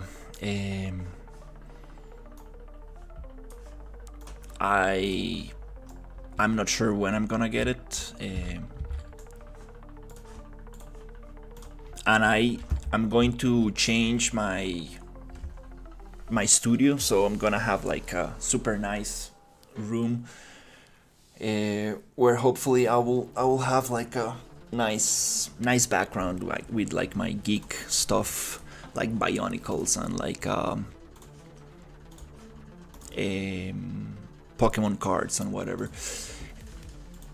So I'm very excited about that. I wanna have a room where it's like kind of like an office with no kind of like very like minimalist kind of thing, like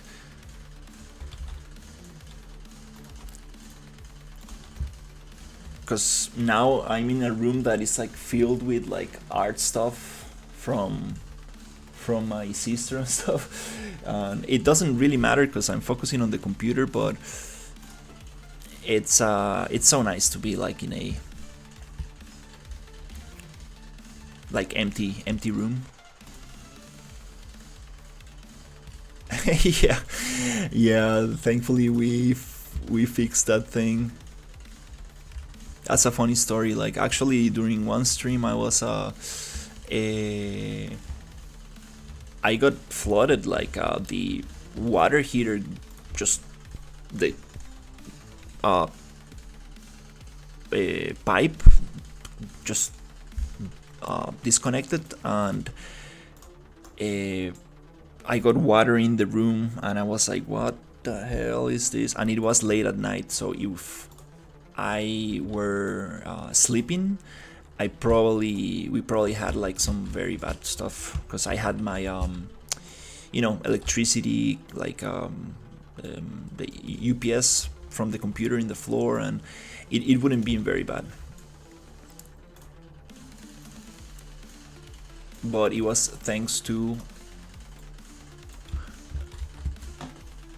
Unreal Engine that I managed to figure out that there was water in the floor, and I was like, what?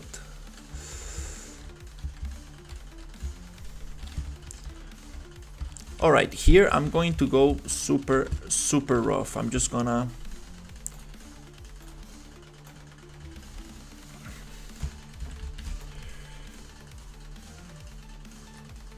keep copying assets and filling the gaps. Then we can come back and actually make it interesting and nice.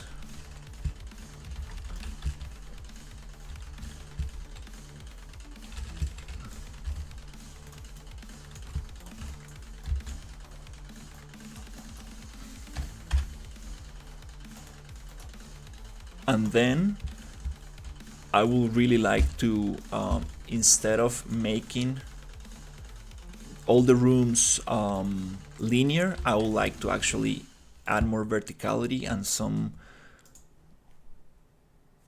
connections in between.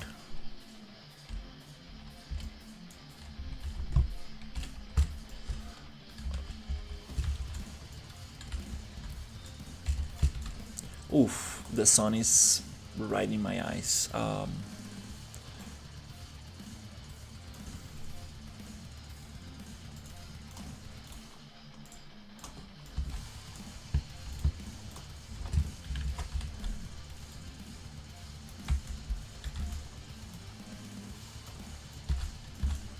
Okay, let's put this somewhere here.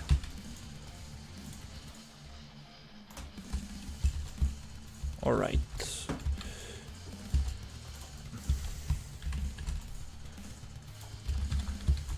This door is kind of funky, but it's okay.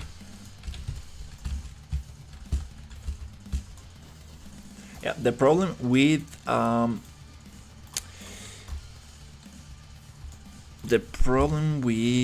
this is that I have all these hallways. I think I might start changing this up a little bit, so we don't just have this kind of like the same room over and over. When I change it up.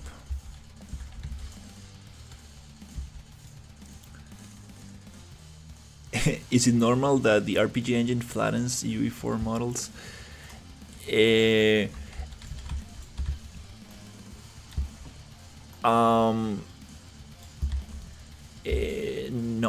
No. Are you using the UE4 skeleton? They changed some stuff with the retargeting in Unreal 5.6. I'm not sure if you're using 5.6.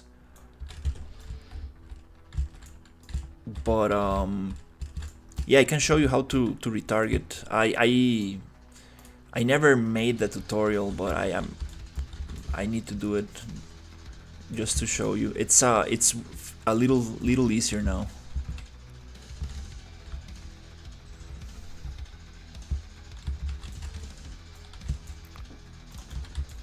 So that's nice. Actually, yeah, let's get rid of that as well.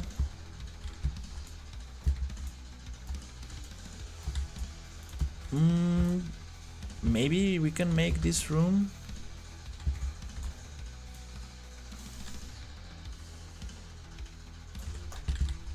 a little bigger,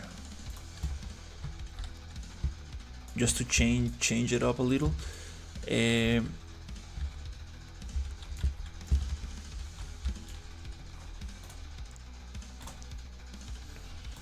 Here I'm gonna push that wall there. Okay, here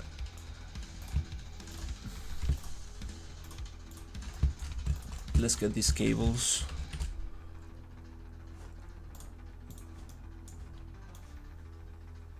Pushed here.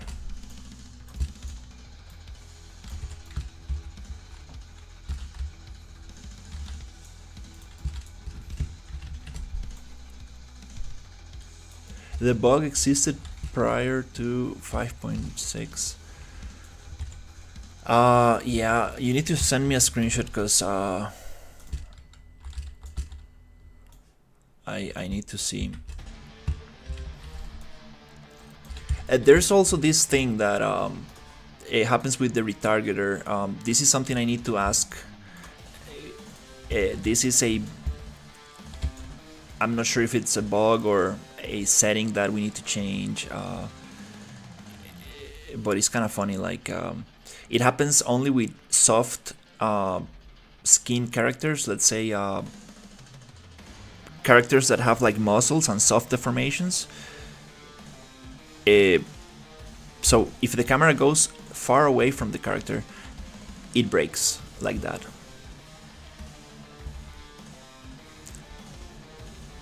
You see, it breaks. It does not happen with drones and like solid characters. It only happens with like weight blended characters. Yeah, I'm not sure what that is. And also happens through the scope of the weapon with the enemies. So definitely something I need to ask. All right, we got this thing here. Okay, let's fill this space with some cool stuff.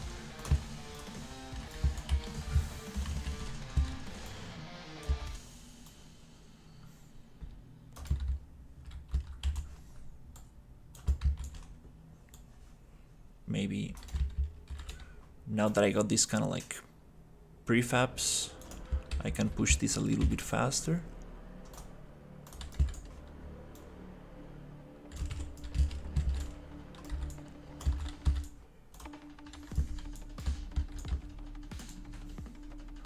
Let's see.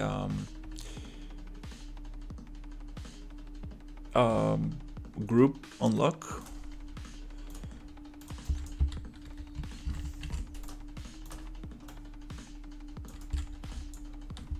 Let's get this longer one.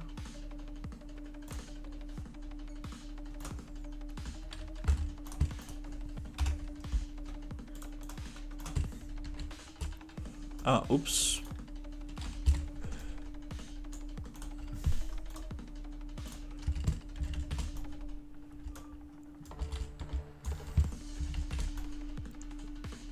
Okay.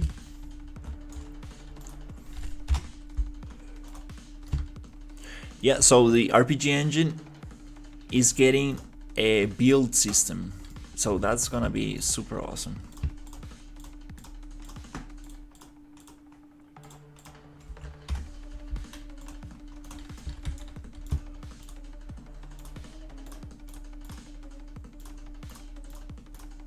Okay, let's get this one there.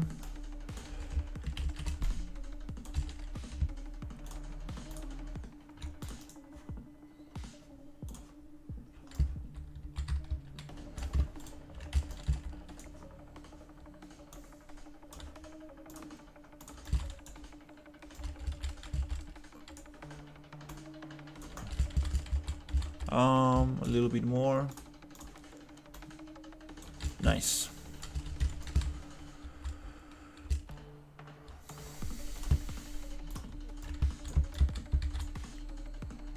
Okay, let's push this down.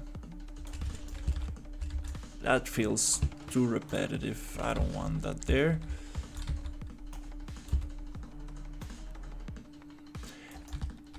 We should probably play a little bit more with verticality, to be honest.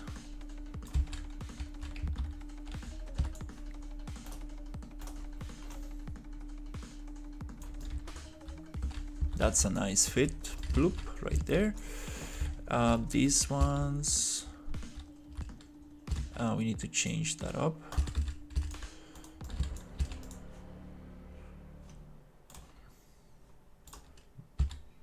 With something smaller.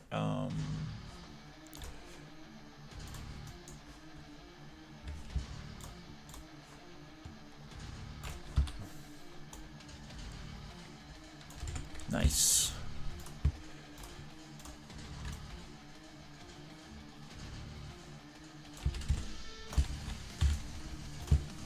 Okay, let's get this here. Yeah, can't wait to get into the alien organic area. That's nice. We're getting stepping away from this corridor kind of thing, which gets like very repetitive. Now we're heading into like a bigger room. This bigger room, let's see how can we break it into something interesting.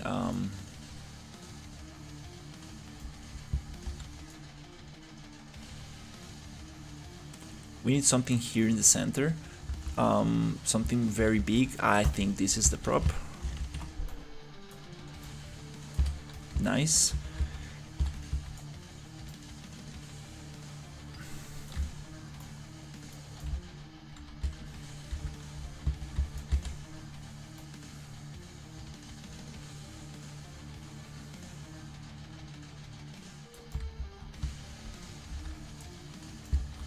It'll be nice to force the player to go around.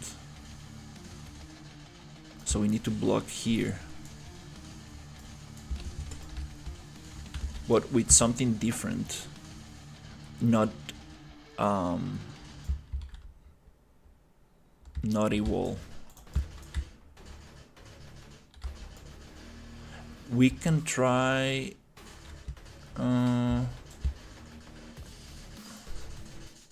oh, okay, I know what to use. I got this prop right here. Let's hide these ventilators. That's awesome. Like I need to use this a little bit more in the walls. Not that much in the ceiling, but in the walls, connecting like the corridors. I think that will look very nice. This prop right here, perfect to block.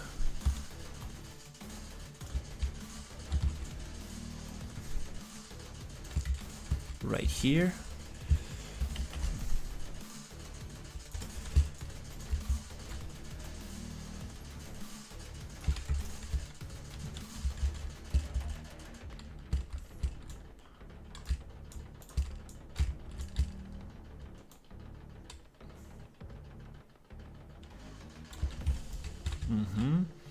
These stairs, it'll be nice to actually make them work.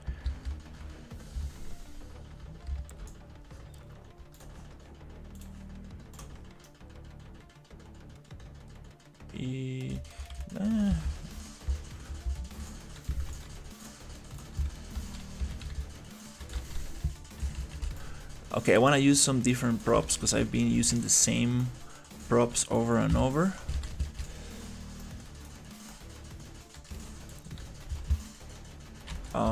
Let's see what we got. I think I haven't used these ones.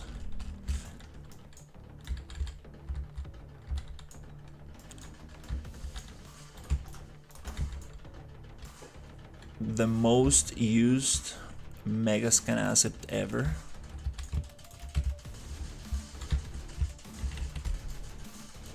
But it's super nice.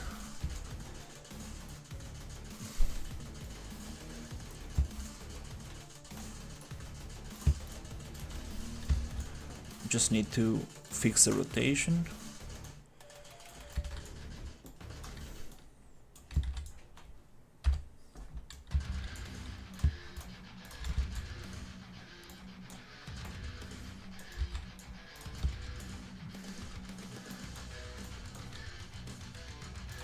Fix that rotation.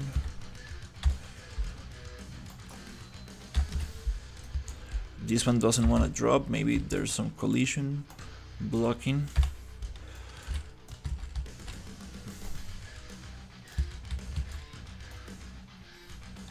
Okay, so we have this entrance. Player comes here. We want to block the player.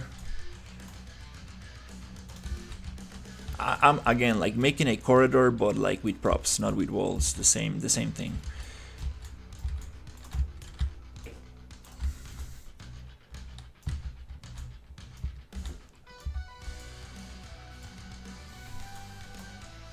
Metal Gear Solid 2 is very good for this kind of like level design. It's a good example, and they do have the maps, like the top views. It's a very good reference. I should probably pull it up. Actually, I do have some blockouts I made that I can. That's a good idea. Not for this level, but I think probably gonna use some of that work that I did before. and turn it into like a finished level.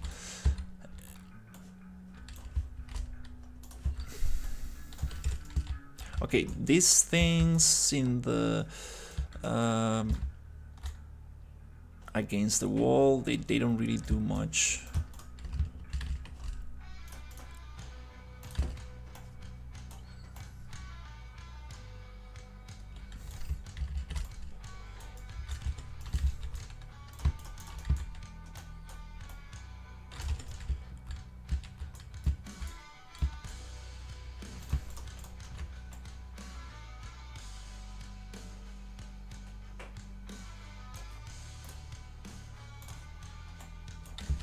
Yeah, not gonna worry too much about this, because this is stuff that we need to test.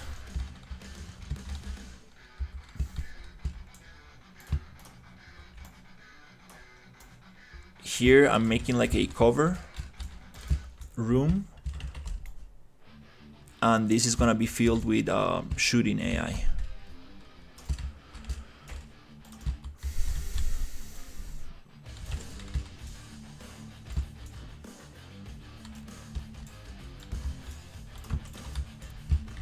Cannot, it doesn't make sense to like put them in the center, but it's like, well, kind of need to create some kind of cover there.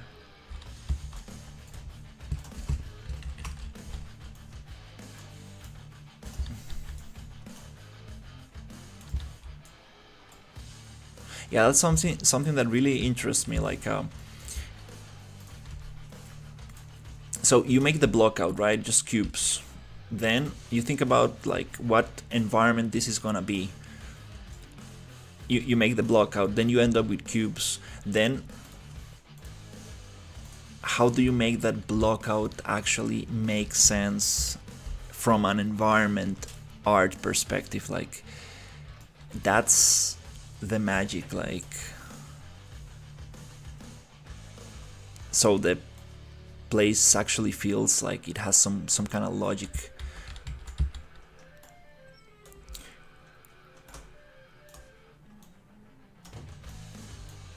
And still works as you know, as a good level. That's oof, sounds difficult.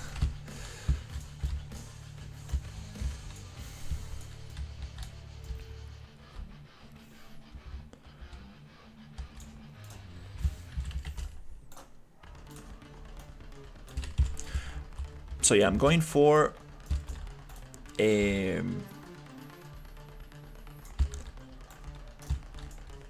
the first pass of detail, and I want to do this until we reach the research facility, like the lab area, which is right here. And I think I'm gonna push it down and have some elevators here. I think that's gonna be very cool. I like this room. It's way different from the others. Okay,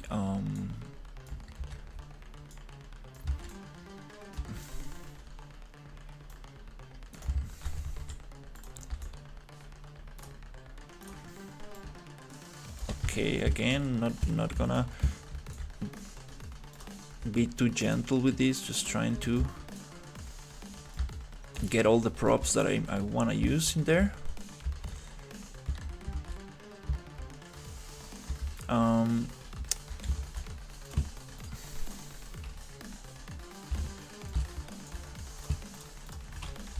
There's this super cool thing that I want to do, some kind of like underground tunnel with more pipes and cables where you can actually go underneath.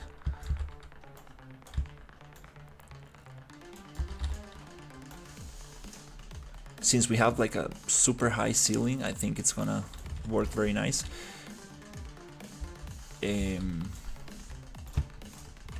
To have like at least like maybe 1 meter underneath these things. Just gonna lay them very rough, and they snap to 50 units.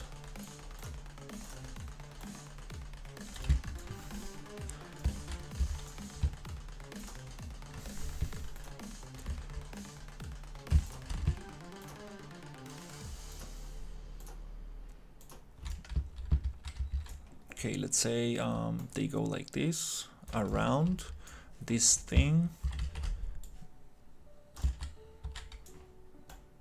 right here.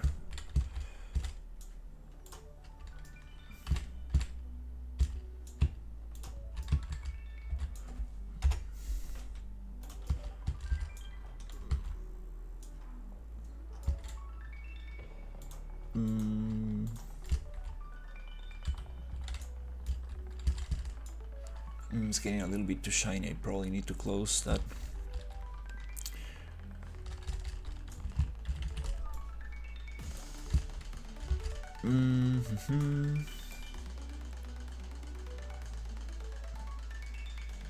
Yeah, I'm just gonna place them a little bit more rough.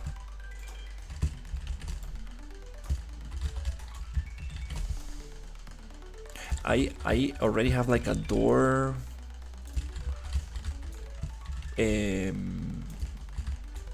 blueprint, so I think I might use that to be able to get close to one of these and just move it to the side.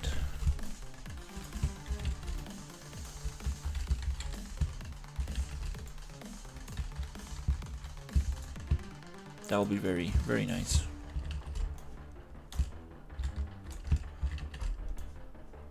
That's another thing I will love, like making the environment as interactable as possible, like shooting lights off and shooting like gas tanks and making props destructible.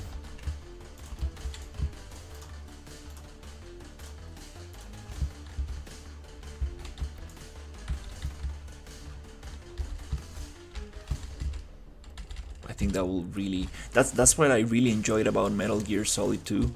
Like, you can really interact a lot with the environment, and I was like, whoa, super impressed by that.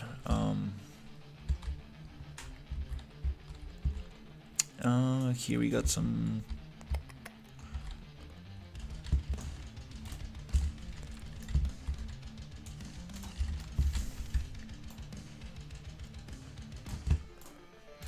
issue here.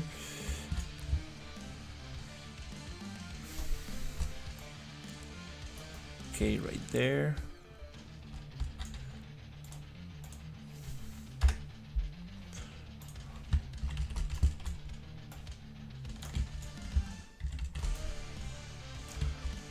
Yeah, something like this.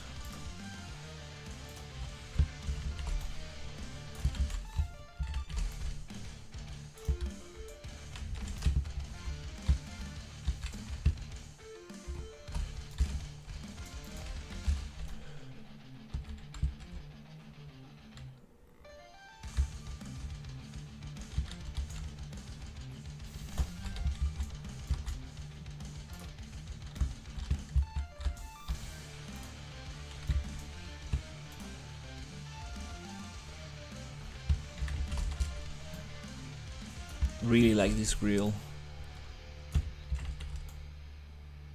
I actually need to use it in the ceiling and let some natural light go through. I think that will look very nice.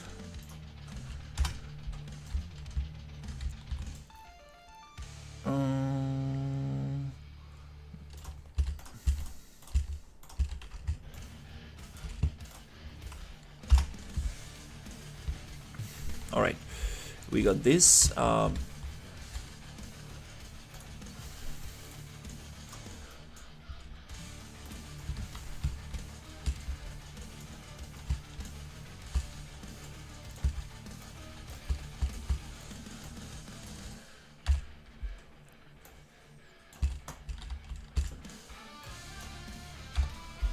Okay, let's get.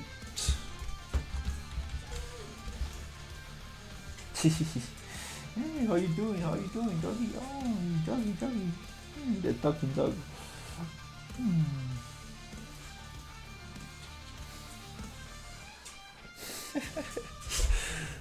I think my dog wants to go out.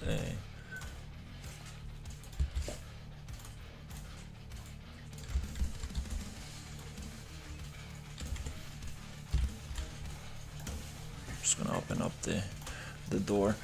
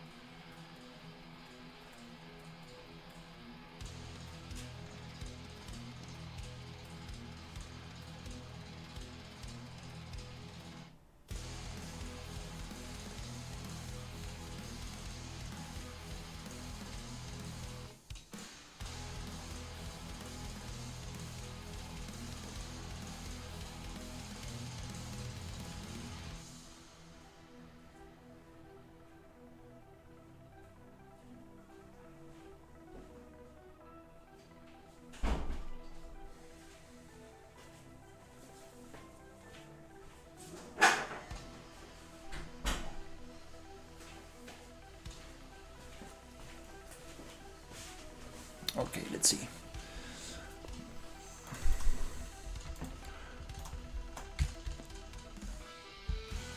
Okay, what do we got here?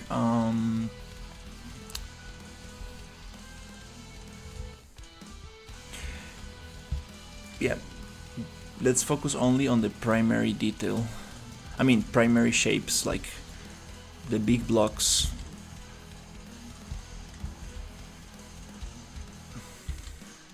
Then I can like set dress this very nicely.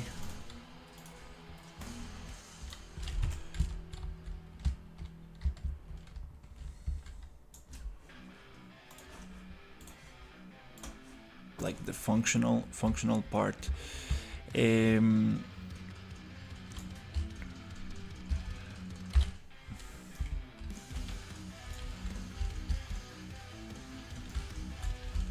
Okay, nav mesh.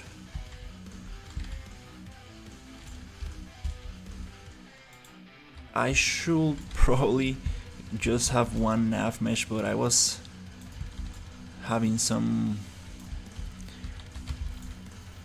weird behavior with the patrolling on the enemies.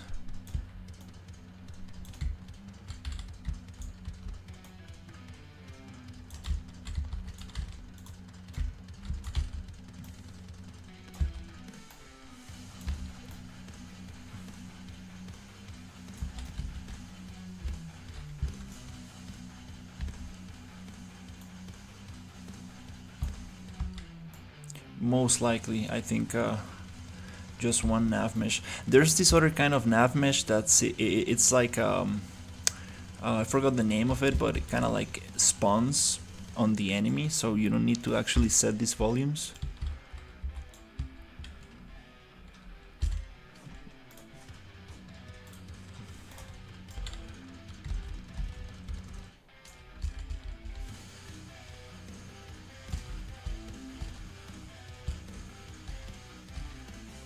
Okay, I had these slides here, I forgot, because I deleted the wall.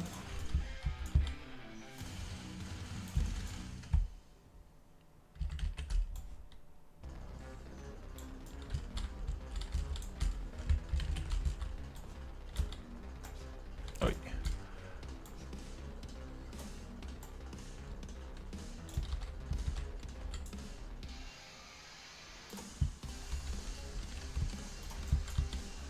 It's okay, just to be able to see a little bit.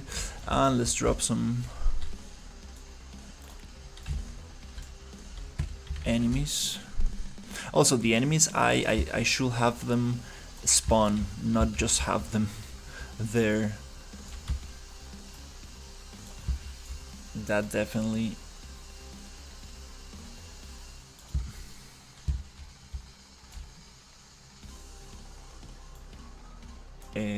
messes with performance having too many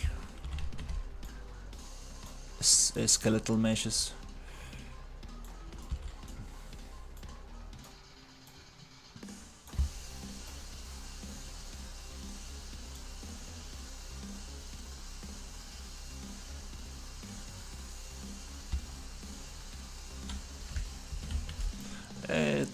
Three enemies might be too much.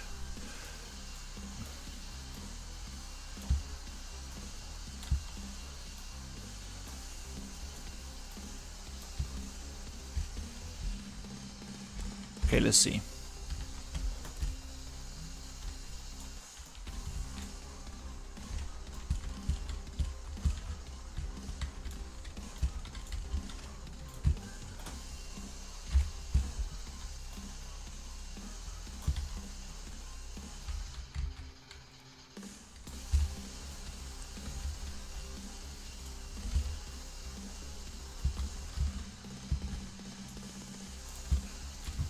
Very bright.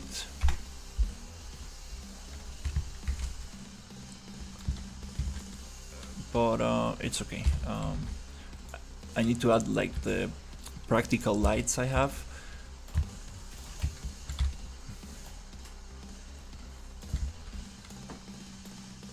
So we actually have some like real lights in the scene.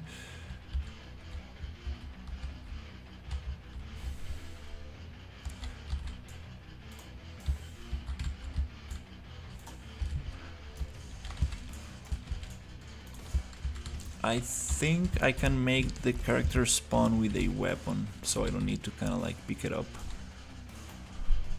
every time.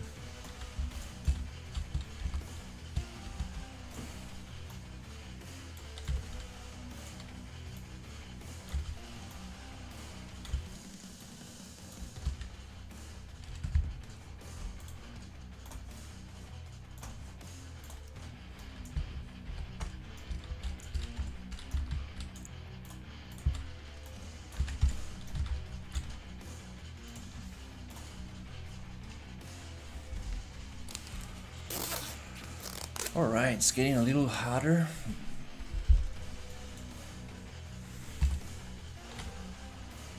Okay, let's see. Takes a while to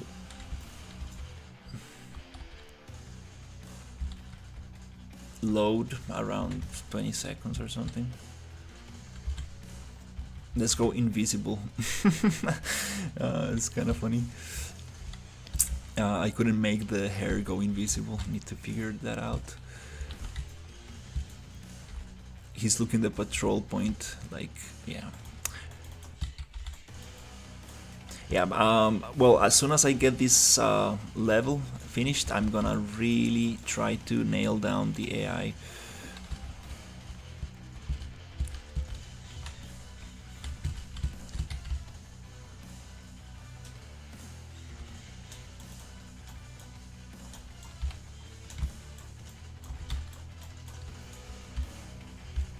Yeah, the weapon I have is a little bit too powerful. It's funny, like these guys are trying to go through the wall.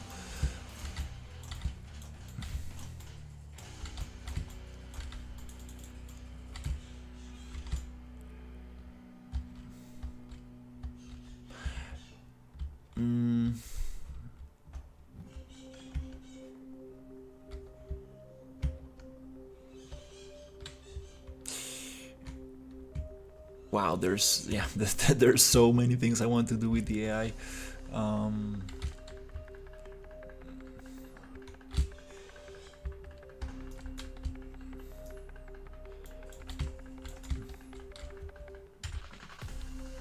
But let's go step by step.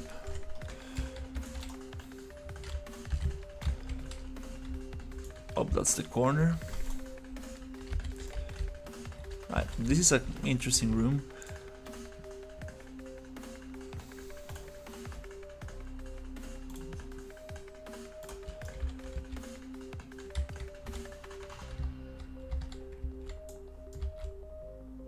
Okay, let's keep on pushing and see if we can actually get to the lab. Then I'm gonna work on the tiny details.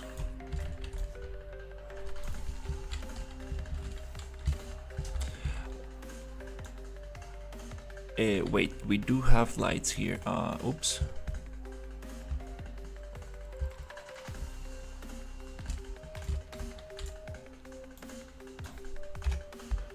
I think, oh.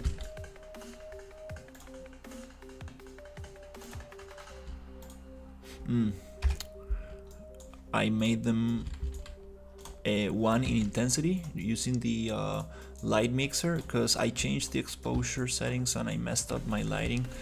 So I think those we don't need.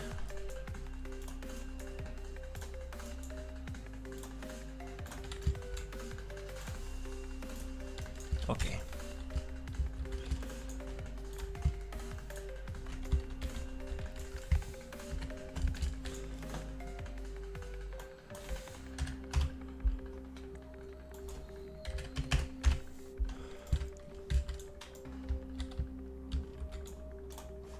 I should probably change the color of the light.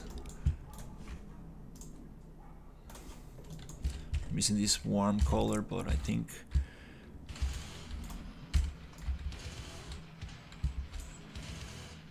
should change it. For the lab, I think I'm gonna make it white. Hey, how's it going?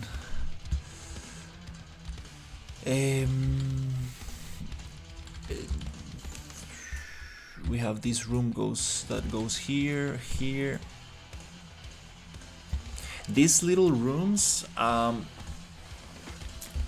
think I can make them red.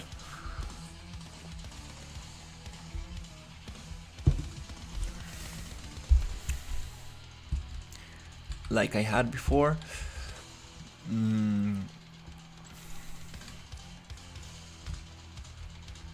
Yeah, this is starting to get very repetitive. Like I'm using the same thing over and over. I have these rooms with verticality. An open room here.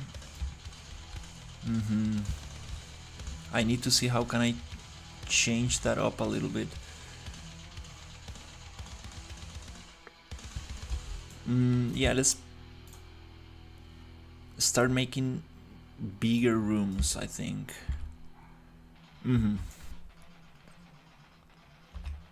Yeah, let's break that there.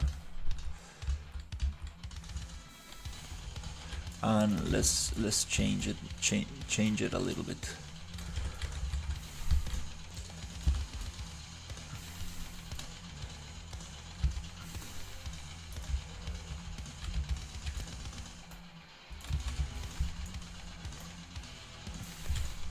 Here I can make the pipe go around and stuff.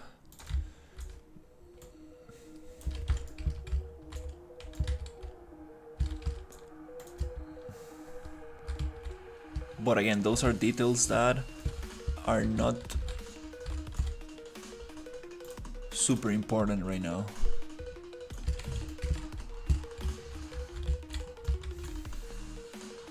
Let's focus on the actual gameplay props, let's say, like what the character is going to interact with.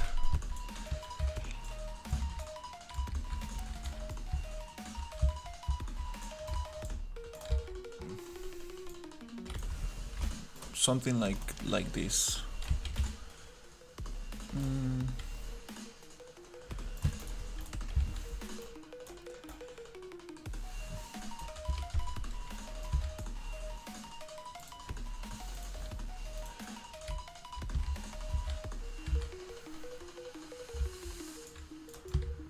It kind of like comes down to the same.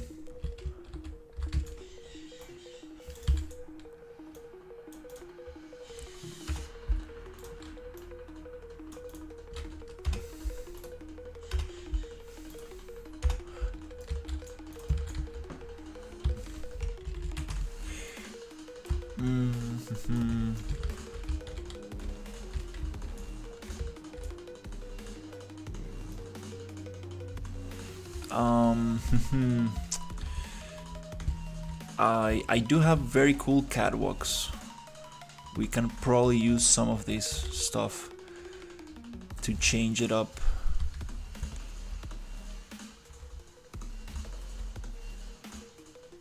Because it's getting too repetitive and boring.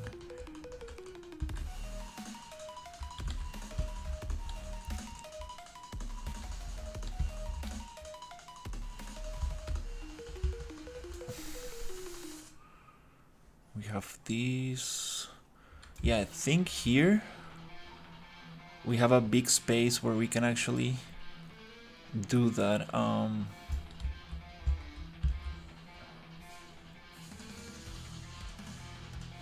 Yeah, let's change it up. We need verticality. It's just getting too repetitive. It is just a bunch of random cubes placed in there.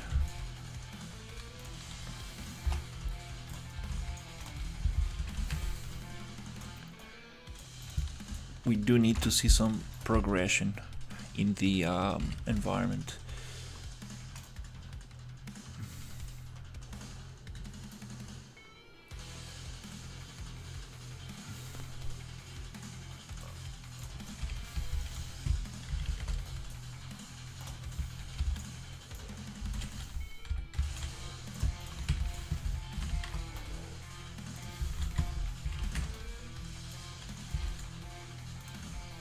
Just gonna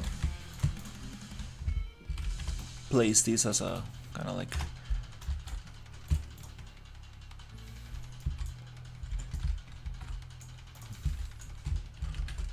just gonna replace this these props.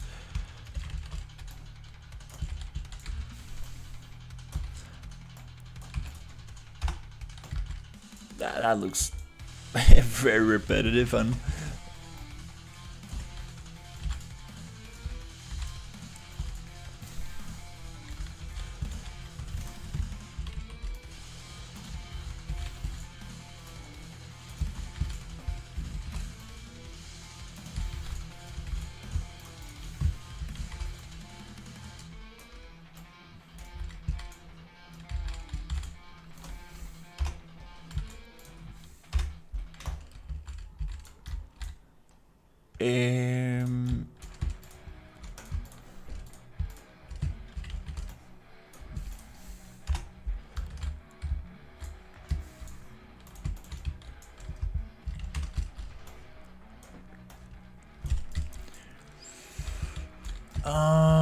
this doesn't feel right. There's something about this room that I just don't like.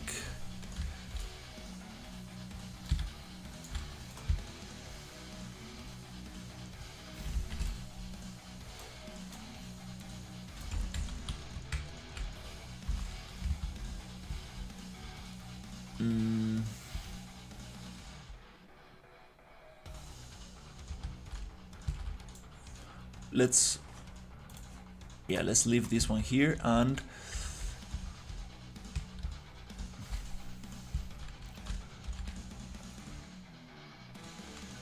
see if we can do something cool here.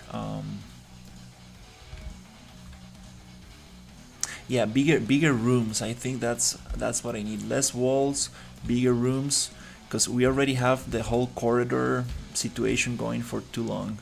I think a bigger rooms is gonna make it more interesting. Verticality and bigger rooms.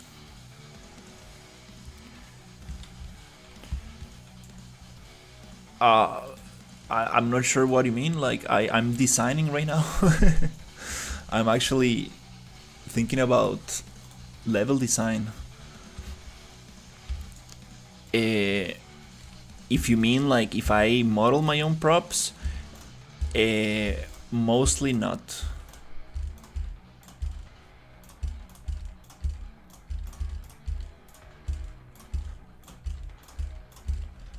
I do like doing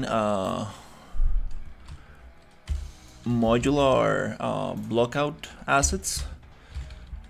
I do have some modeling and texturing skills, but If I can find like a good asset, I'm definitely gonna use it, because it's not worth it to model stuff that is already made.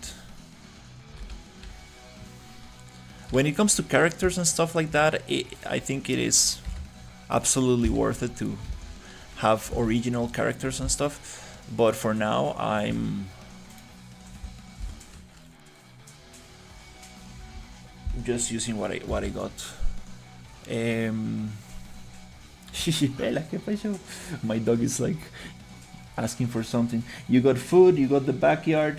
What do you want? What do you want? She wants to play, I think. And I already went out with her today. Like, I'm not sure what she wants.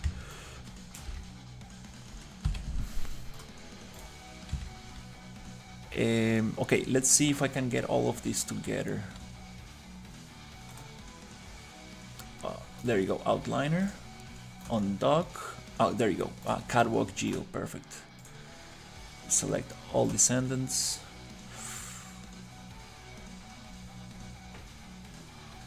I also want the box, so select all.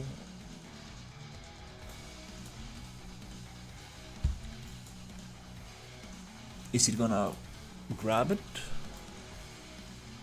Nope. Oh yeah, the box brush. I haven't worked with this. It's kind of like a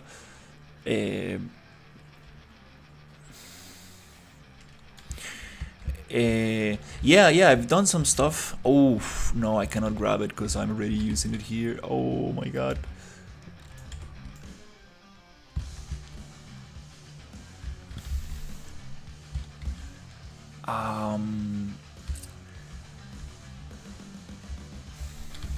Yeah, I'm definitely gonna do some original stuff for very specific things, but definitely yeah, I'm using props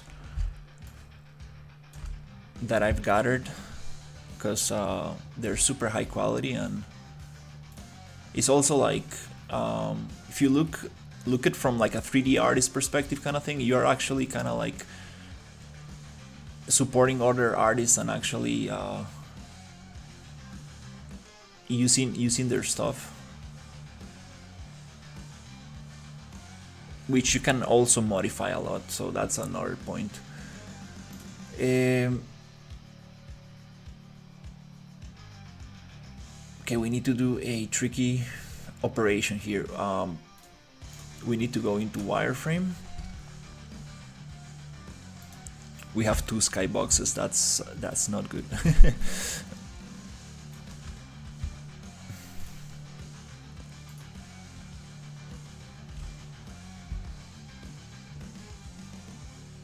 Okay, I want to select that.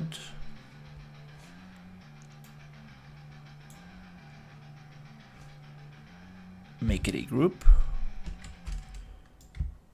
Hide it. Make sure that it's only that and not my other catwalks. Okay, perfect. So now I'm gonna get this box brush, which is very similar to how do you call this tool?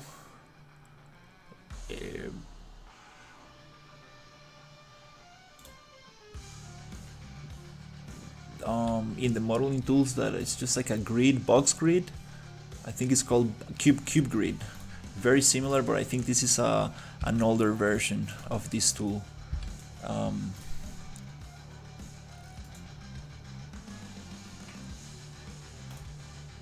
Okay, let's get all these boxes that don't show the selection, kind of strange. And group them. Okay. Then unhide that.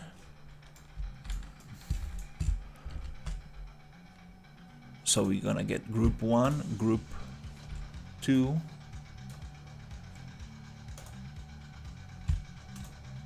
and regroup. Okay, nice. Now we have it grouped. So let's see if we can push this. I'm gonna make a copy so we don't touch the original.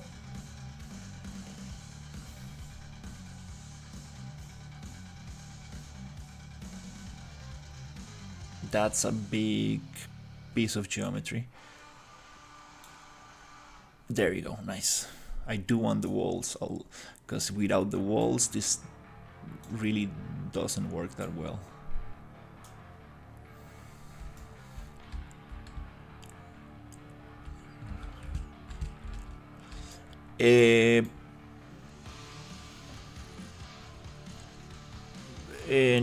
No, I haven't.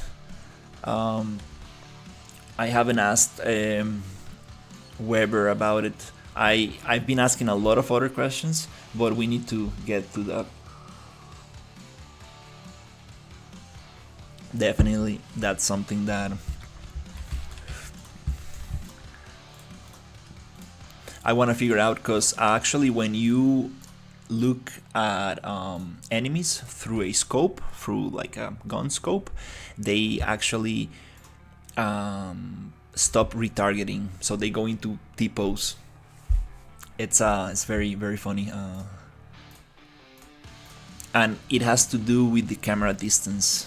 It's like real-time retargeting based on camera distance, and that's not good, because if I'm actually gonna play with somebody else and we get far away, then the model is just gonna break.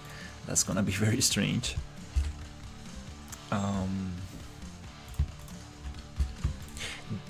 I'm almost positive that there is just like one option, like one option that you can change, like based on camera distance. The problem is that I'm not sure how that will impact performance.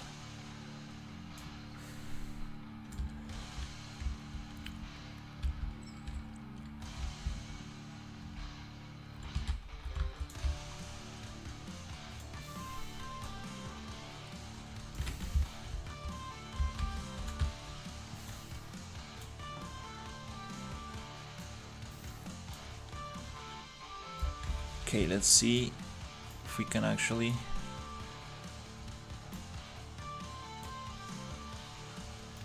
use some of this construction.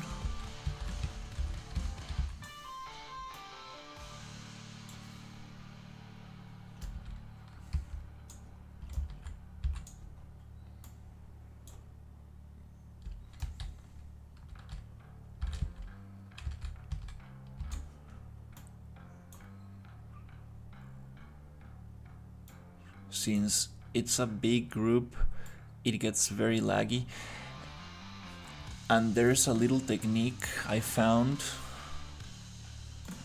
You can parent all of these to one single asset, a single cube, and it will move way easier.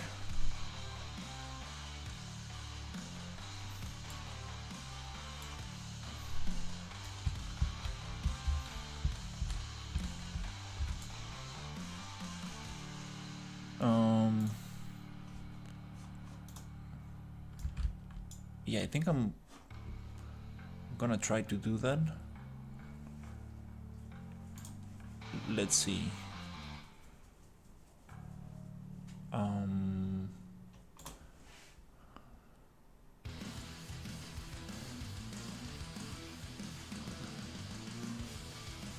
Can we have a visual on the player blueprint? Oh, the animation blueprint is crazy complex. It's based on GASP.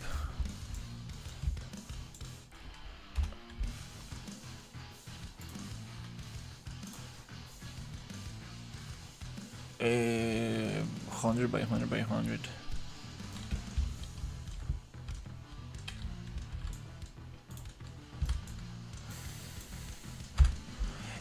it is like it has too many kind of like hidden tabs and stuff like.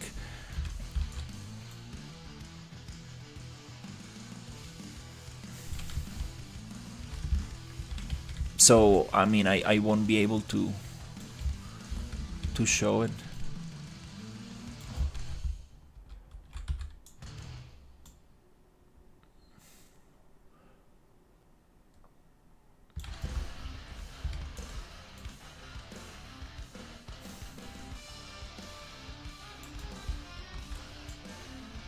Okay, I wanna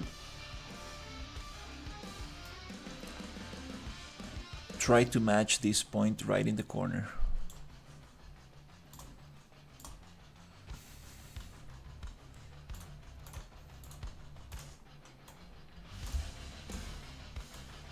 Right there. So this cube, I'm gonna call it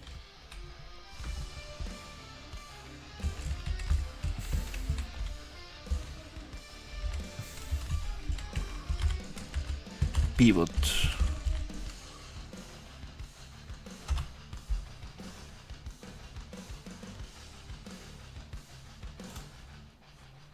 And I want this attached to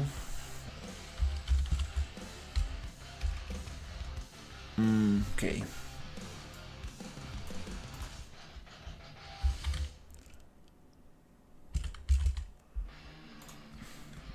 I think we need to actually drag it, so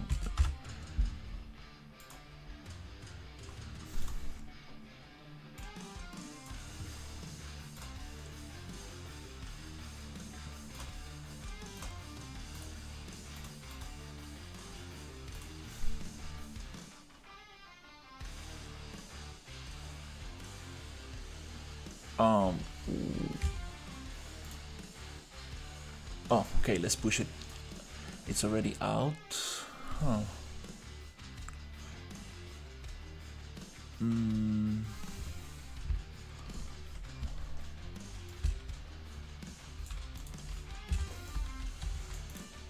Oh, okay, I got all of this stuff.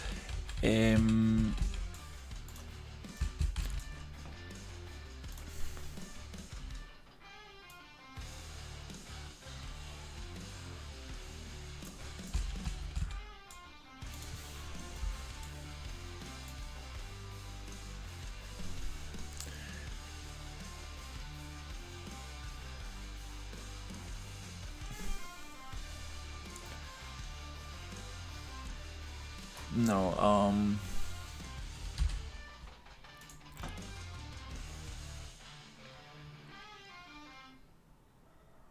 move to, there you go, move to Catwalk Geo, so it's in the same folder.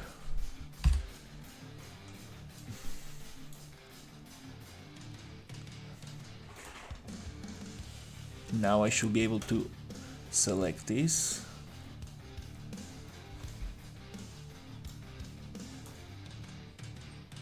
Jesus, I cannot find it. There you go. And just push it into there. Okay, it has this box grid. It does not, cannot be parented. Okay. Damn it. That's the thing. Well, let's just try to push it.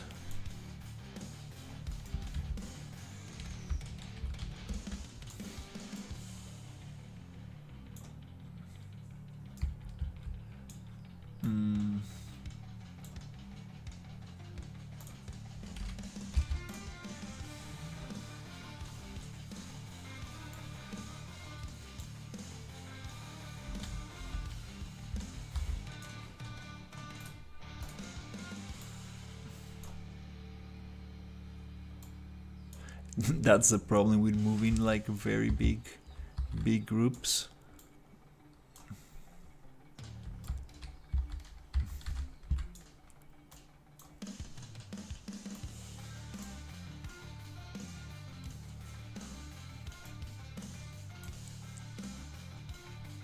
Wow, it just jumps. Damn.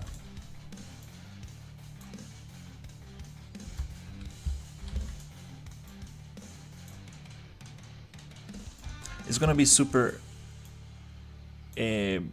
way easier to snap if I can get it to align to the floor, which I think that's it. I think I got it. Okay, yeah, that's probably good enough.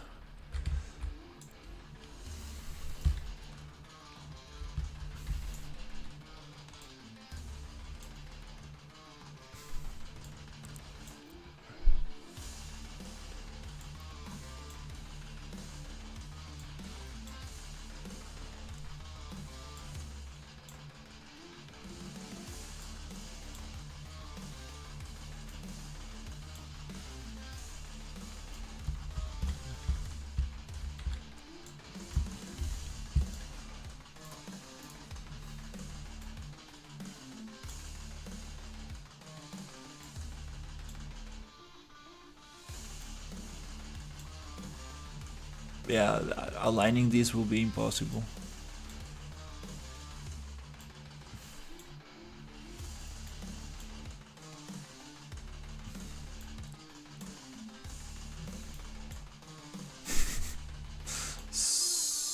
Okay, that's close enough.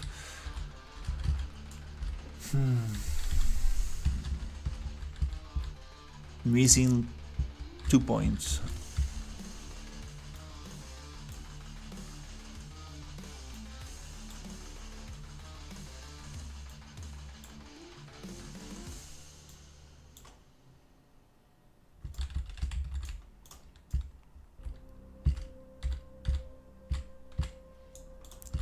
Almost.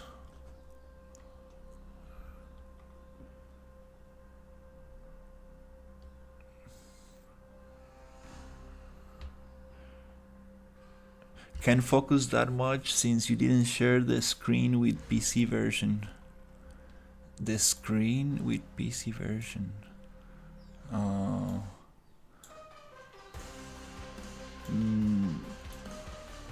Okay. Yeah, the live stream has a horizontal and vertical.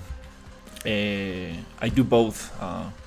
Just because the vertical gets pushed more, so it's kind of nice way to promote the stream. But there's also a horizontal.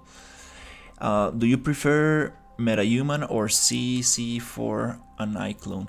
I haven't, to be honest, I haven't used MetaHumans that much, or CC4. I've used just kind of like a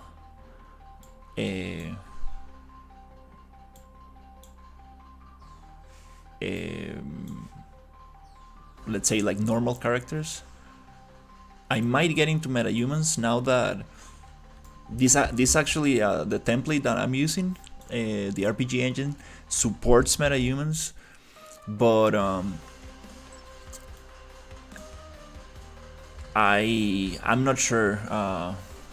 Also, the new updates on the MetaHumans are super awesome, but that just it is another layer of complexity, and I'm not sure if I want to get into that. Oh my god, this is impossible to match. But I think I will get into MetaHumans for sure if I had to choose between those. Oh my god, okay. This is funny, I cannot align it because the pivot point is too small.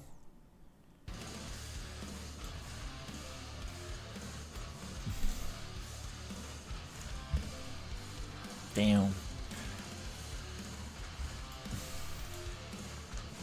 And these box brushes, they don't update in real time, so I cannot tell how much they move.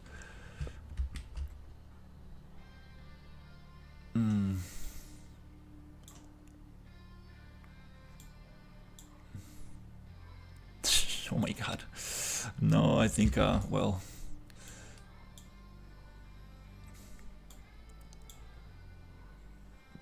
Wow, they just jump.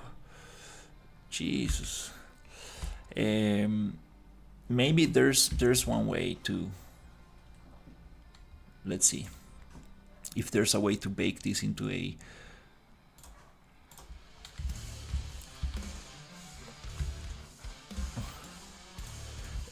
You mean procedural? I think a combination of both. It's probably the way to go.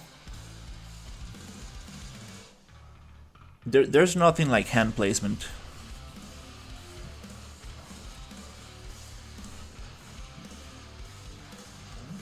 Yeah, metahumans are getting very good for sure.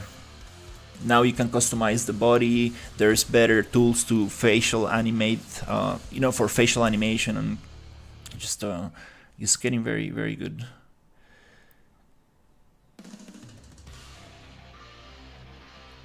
What happens if I apply this?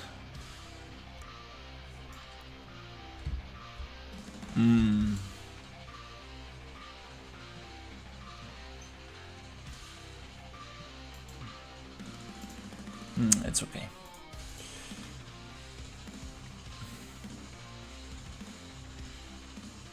Alright, let's just try to align it a little bit better and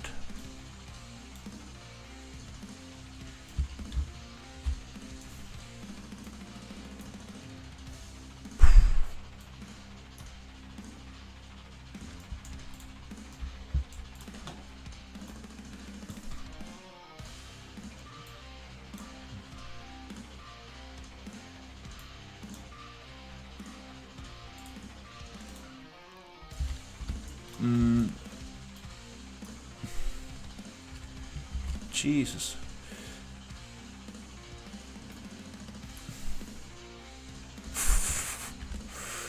Yeah, I've never used this brush box before.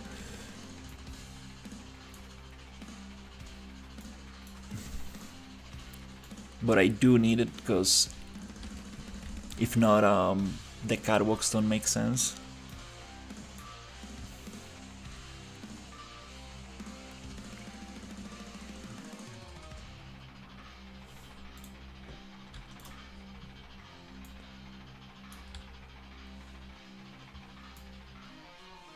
Yeah, metahumans for sure. They're very complex, but it's worth it to learn how to use them, especially for cinematics. I think it's very powerful. Oh my god! Oh my god! All right, I think I'm gonna leave it here because cannot get it to align. No. Oh, okay.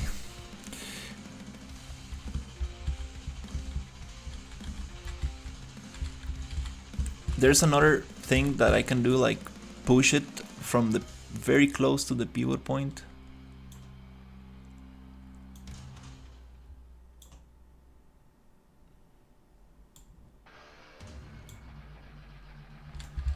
Let's see. Yeah, that works. It's just the distance between me and the pivot point. It makes it jump too much. This is kind of ridiculous what I'm doing right now, but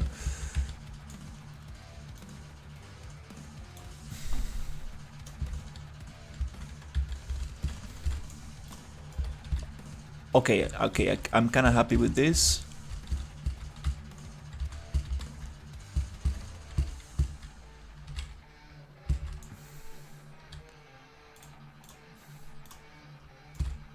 Three units to the right, one to the front, and I think we got it very close.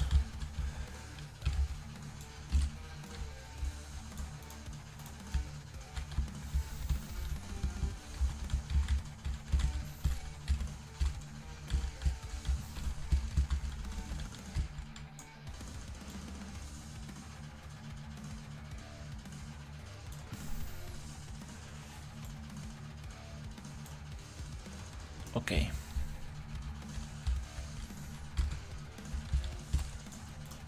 Okay, yes, we got it.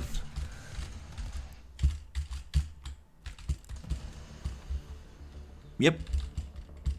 Missing the 2 points, maybe 1 point. It's okay. I think it's close enough. that was funny.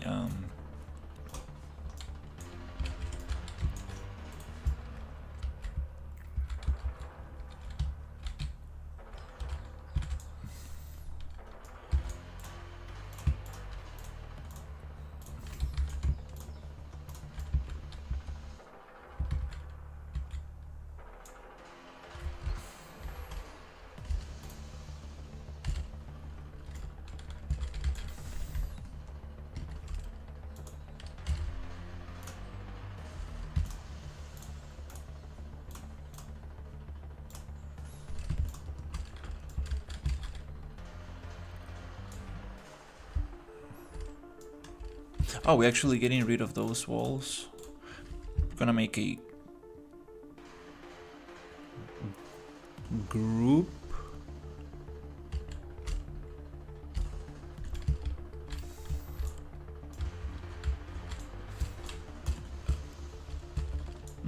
Oh, nice, nice. It kind of matches a little bit there.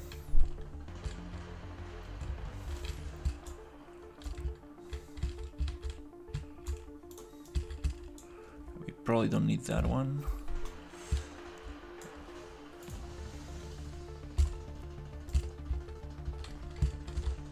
Don't want to delete this because it's kind of cool. This construction, we probably could use it somewhere else.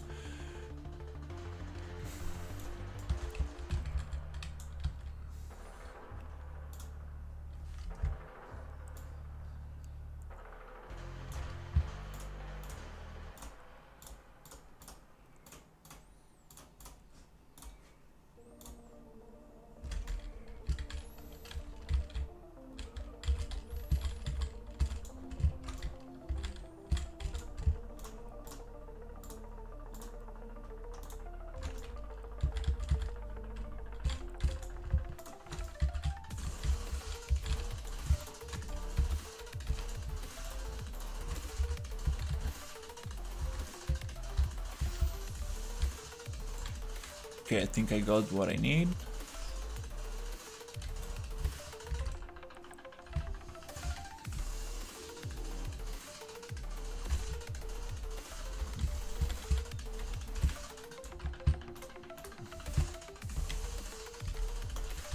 Nice, it's clean.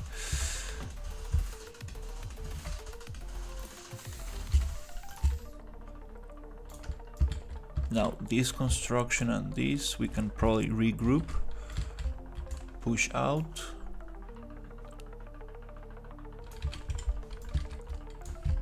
Control H to unhide, and nice. Now we can actually start placing some stuff.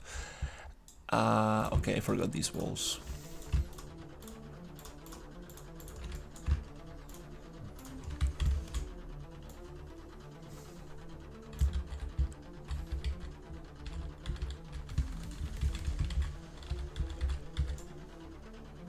I'm snapping to one.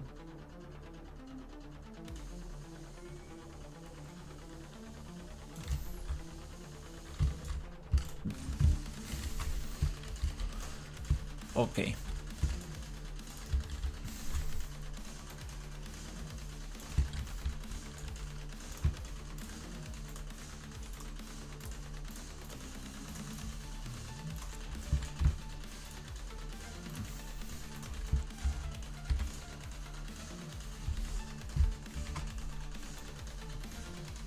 Probably, yeah, probably don't need that.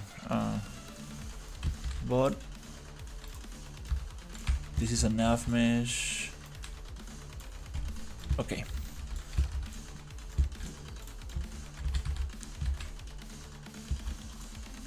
Let's close this a little bit.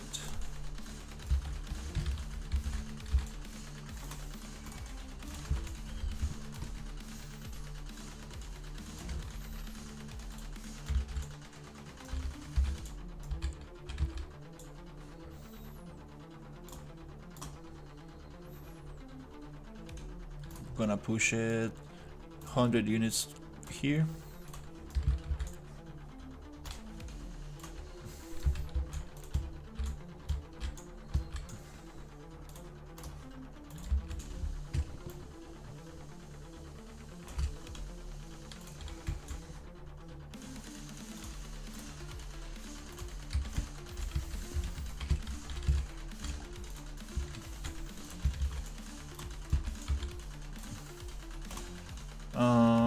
Yeah, let's do this as well. 100 units and 100 units on the pivot point. Just a rebake, probably don't need it, but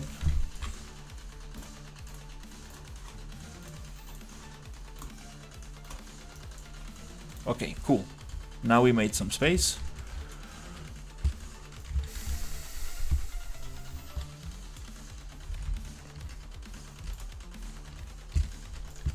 Okay, nice.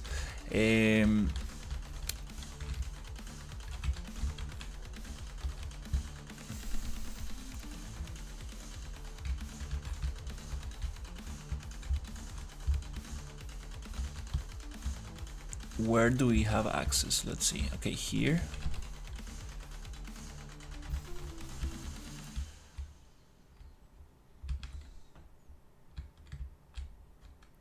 Oh, okay. I'm like, what is this? This is the entrance. Okay.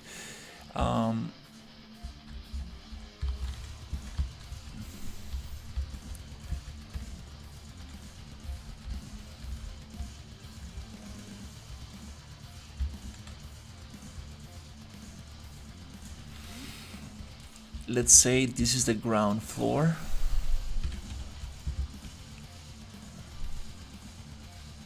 And I do like this construction. We don't wanna use all of it, but we can definitely use this.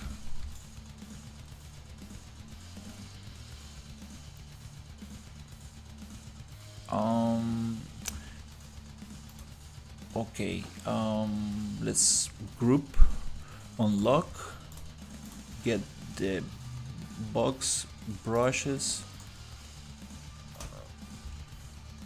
hidden.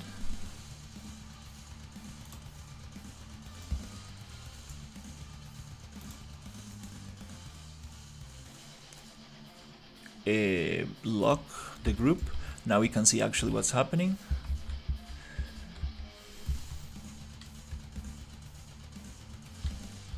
Yeah, I need to turn those box those box brushes into actual meshes. Then I can really do a lot with this, because I do like this construction a lot.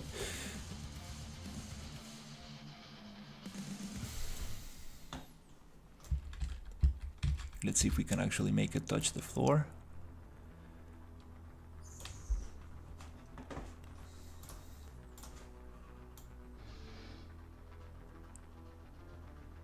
Nice. Right there, perfect. Okay, nice. This is kind of nice.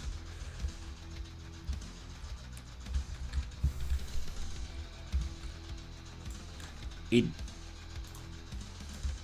doesn't make too much sense yet, because we are missing the walls. This is built on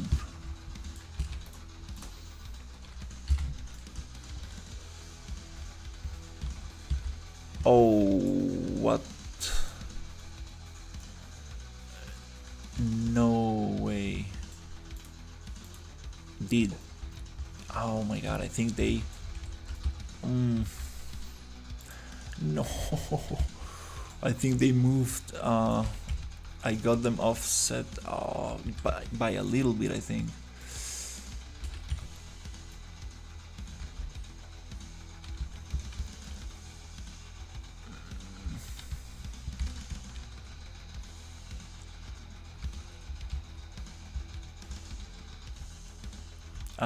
As long as I didn't modify the original.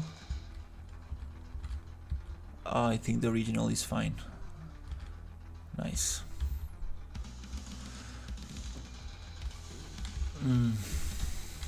Okay, no problem. Let's push this into a folder. Now, group unlock.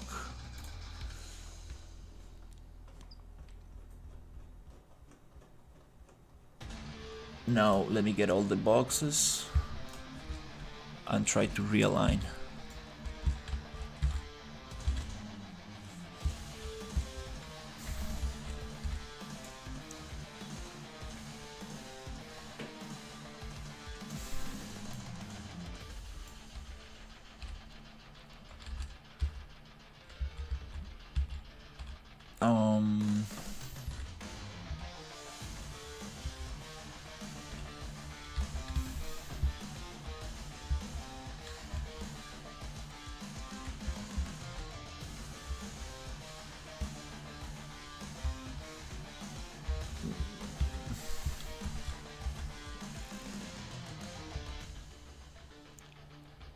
It's close, but I'm not sure if this is the right. Let me double check.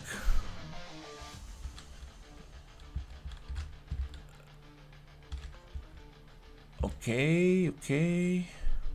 Is there anything I can use as reference?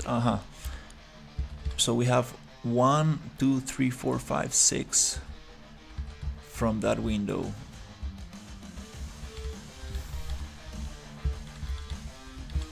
Yep. Let's go a little bit up. We have 2, almost 3, 4, 1, 2, 3, 4, 5, 6.5.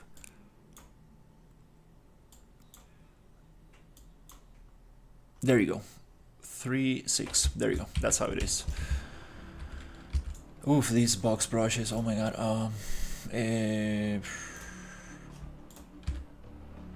Now I just don't need to regroup them.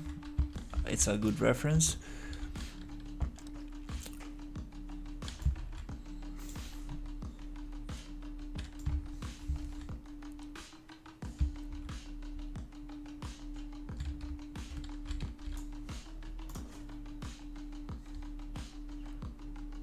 Now I can break the other parts I'm not gonna use into smaller groups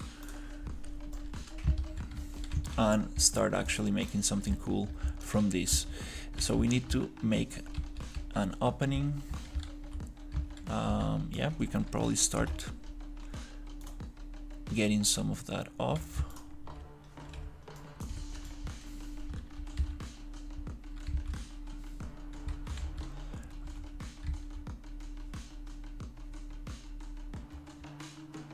They're one-sided.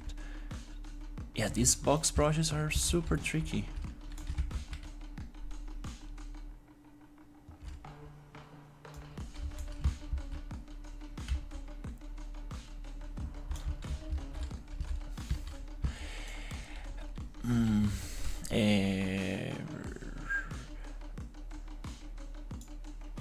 Okay, yeah, it's time to really remodel this a little bit because it's gonna be tough to deal with this.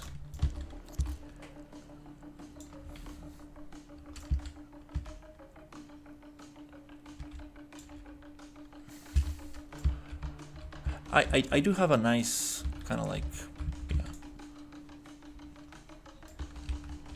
nice guide. Oh my god, that snapped perfectly there. That's awesome. Here we are missing some stuff, no problem. As long as we got that side, yeah, I think this might work very nice.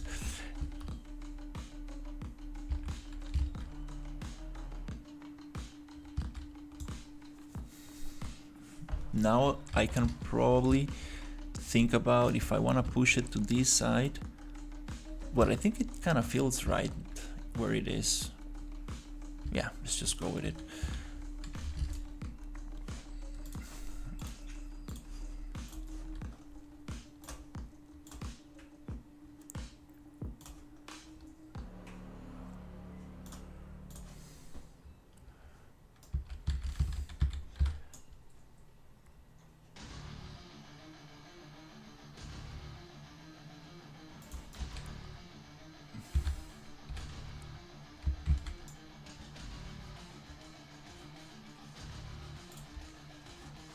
yeah, the proper way to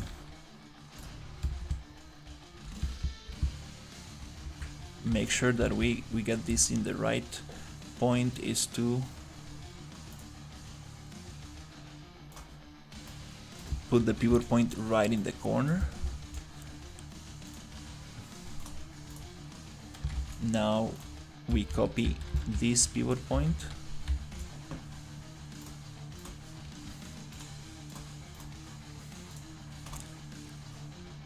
and we push every 50 units. There you go. I know these assets snap to 50 and we are using a 100 by 100 box.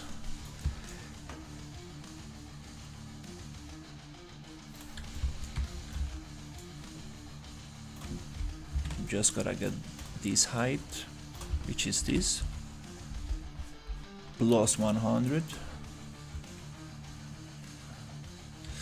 I was working on a very cool diner, which I was planning on putting on Fab. Probably the most detailed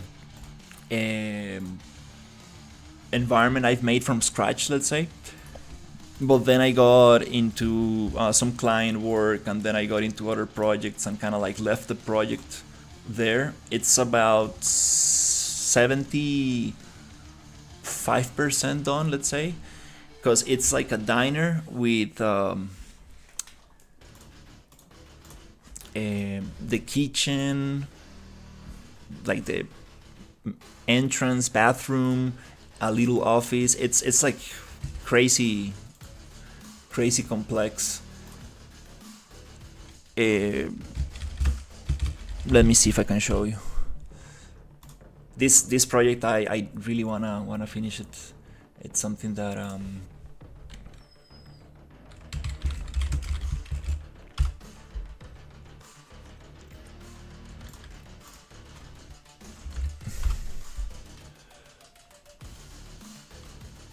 oh, this is nice. I might use this one. Oh, I think I still have that one. Unfortunately, not the texture version, which that was... I actually lost this project. I do have the block out. Damn it, that would be nice to have actually. Fuck, that would be good for this project. But yeah, this is the diner.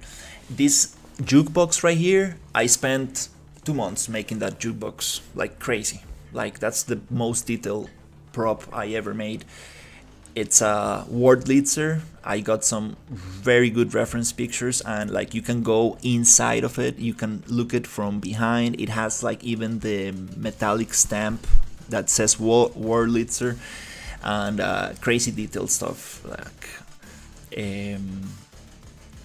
yeah, this wallpaper, newspaper is kind of funky. This gumball machine, such a pain, but it came out nice. Just simulating those balls, gumballs in Blender, terrible. This cashier, also very proud of this cashier. Simple props. I love the texture on the napkins. Their fridge is kind of nice. The kitchen is very empty, but I got some very cool props for it.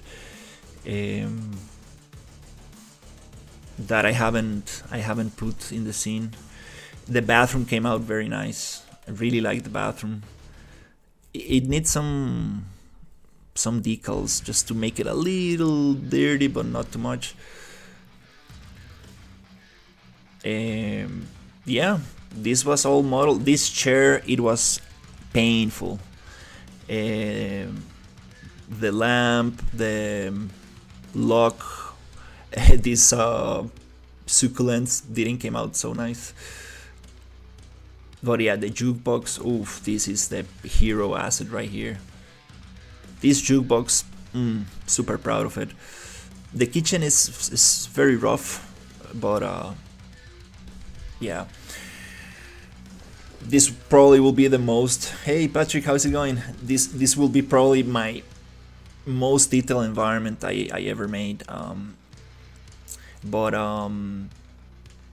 it still requires a lot of work, and it requires a lot of optimization as well. Like this thing in Unreal, like it really is very heavy. I even made the apple pie and the coffee machines. The cookie looks kind of funky from up close. Um, but yeah, this is one of the environments I'm very, very proud of.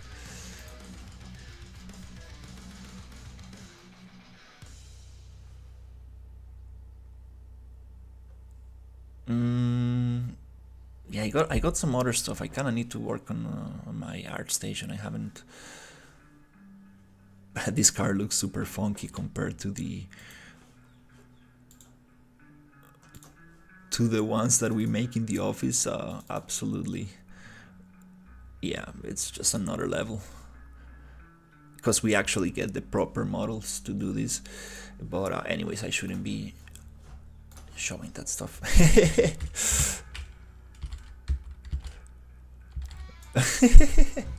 Yeah, yeah. The more I work in professional projects, and like the more I get to work with bigger teams and stuff, I realize that making stuff from scratch is not the way. It's not the way. You need to use all the tools that you have in your disposal to achieve the best results as fast as possible. Obviously, if you are working in a AAA game and you have the budget to create each and every asset, oh, amazing, that's amazing, definitely. But for a project like the one I'm working on, like this personal project, I think that definitely using the work of other artists is not only like supporting other artists, but also kind of like making something cool out of what they made, kind of like honoring their work as well. And you can really get creative with assets from other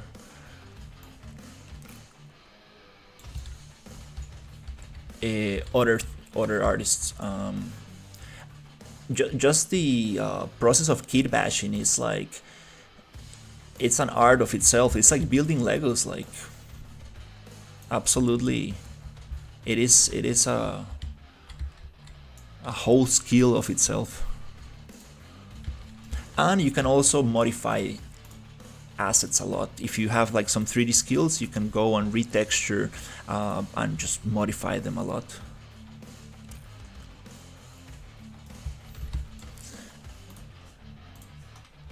Yeah, that's an interesting topic, to be honest. I think that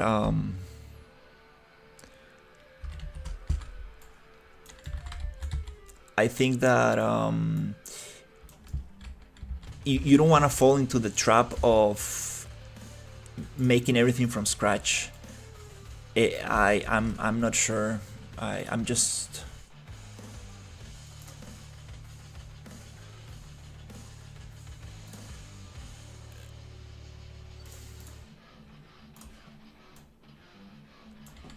um,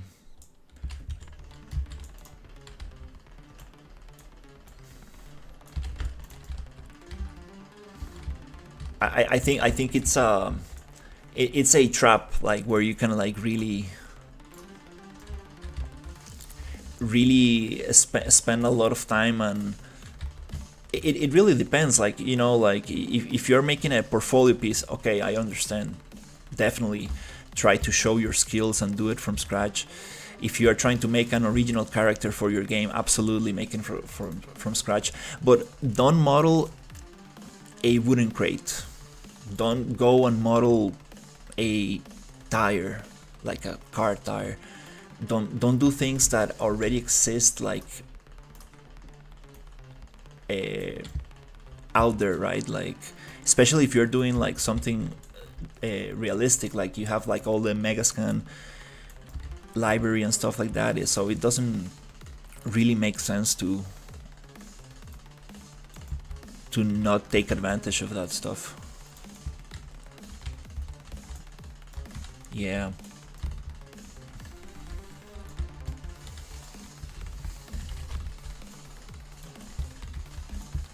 And in the other hand, like, also putting stuff together is not easy. Like, even like if you're just gonna use megascans for your project.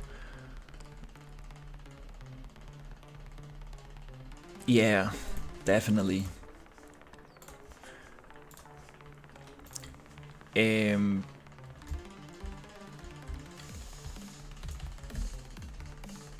Even if you're just using megascans, like, it's tough to put like a good scene that makes sense and is cohesive just with megascans. It's a whole skill of itself. Like, you really need to have a lot of reference, and you really need to understand, like, you need to have a lot of a good understanding of space and like a lot of things to make that cohesive. And that's kind of like the skill that I'm trying to get better at, like building Legos kind of thing.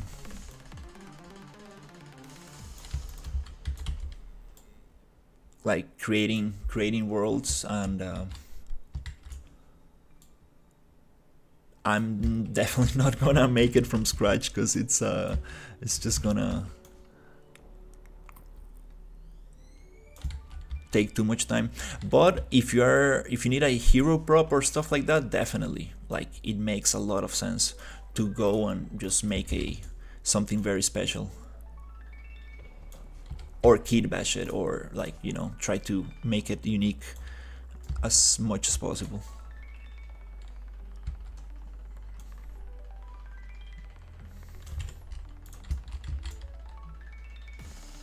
Because yeah, you can get very creative, like very creative with this.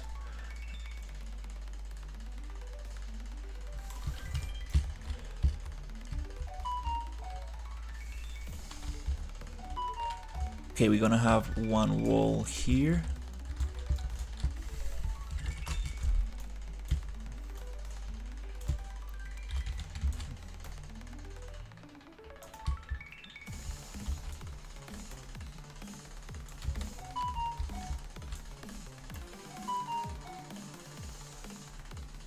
Something like this.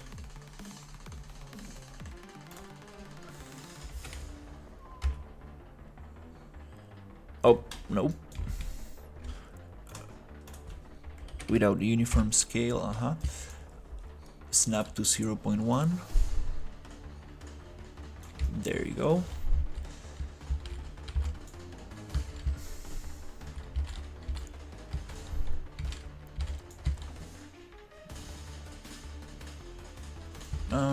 Okay, probably need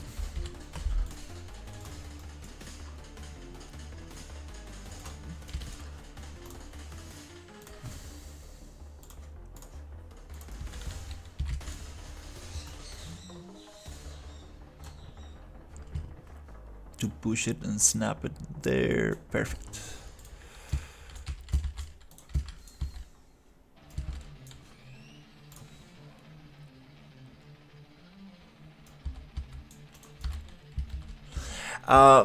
I'm gonna be very honest, like, now with AI and everything coming up, it's every time harder to find a job.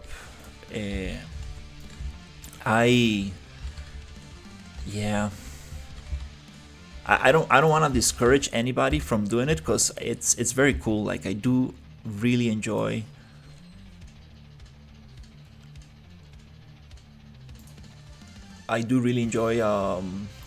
you know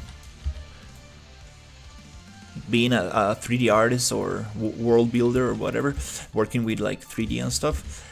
But definitely, it's tough. It's tough to get a good job, stable job. So absolutely, like, I recommend people to do it as a hobby.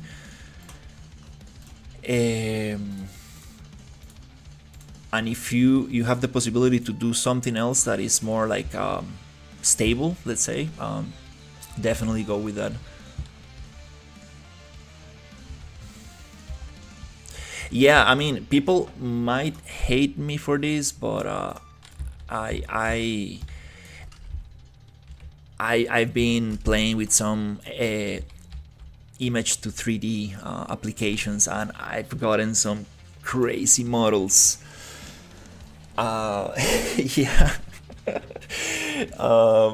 The thing is that I'm gonna have this desert, and it's gonna be like a mech graveyard, and you know, the AI text to 3D gives this kind of like 3D scan look where it's like almost perfect, but kind of like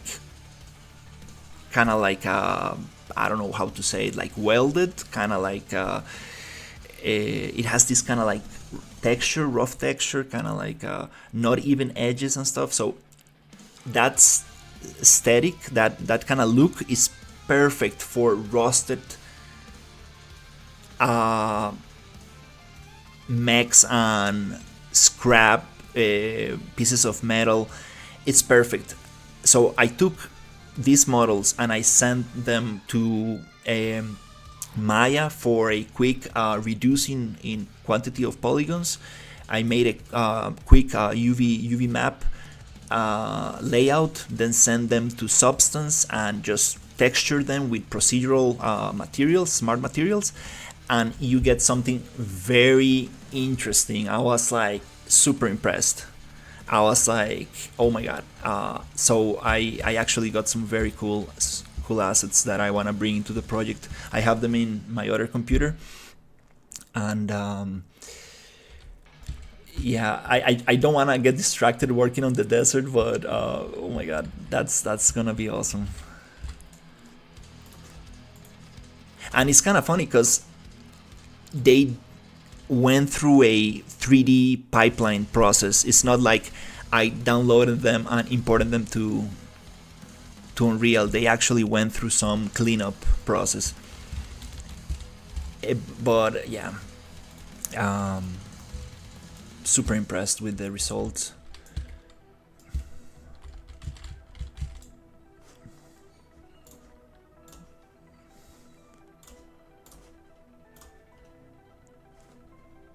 Kind of want to show them off. I think I can, since I'm streaming on the other computer, I think I can show them off actually. Let me see.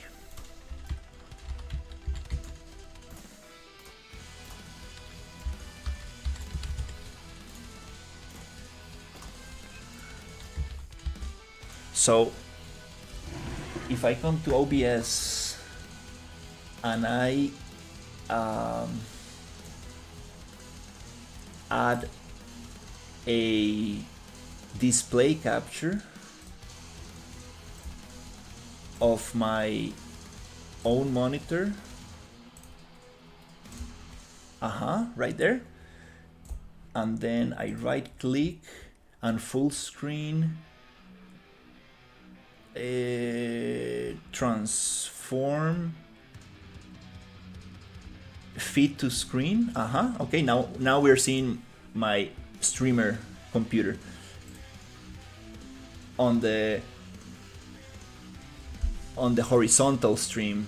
If you guys are on the vertical,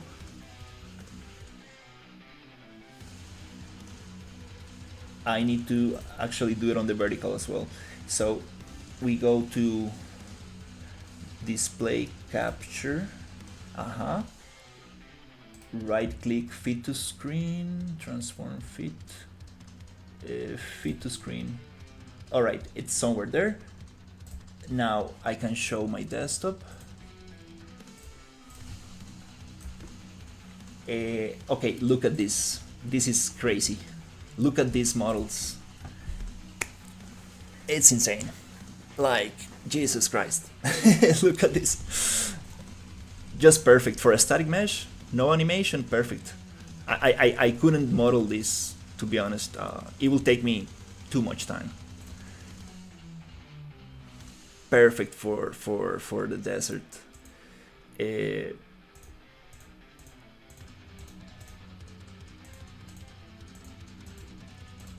these are some images, but this is the result.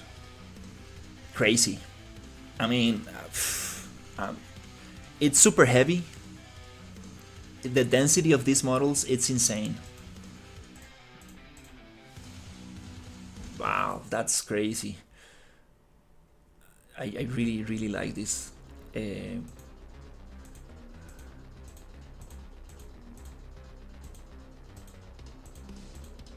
I need to be careful with some of the mechs because these come from very known artists, so I'm not gonna use most of them because I don't want to steal their design.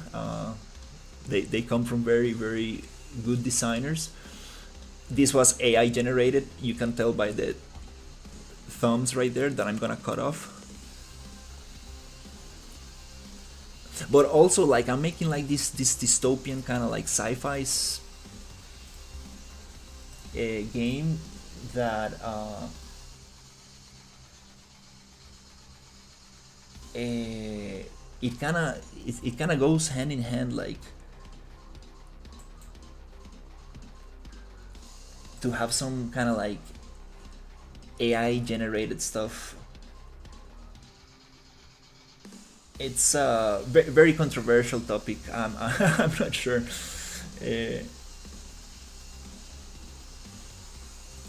A lot of people won't like it. I'm totally sure.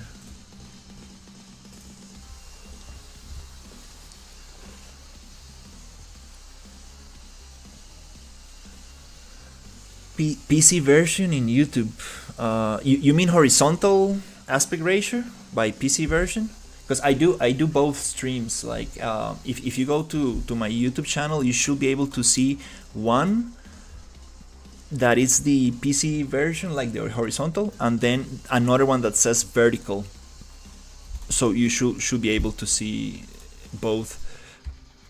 I usually don't don't say this much, but there's the option to actually see the horizontal.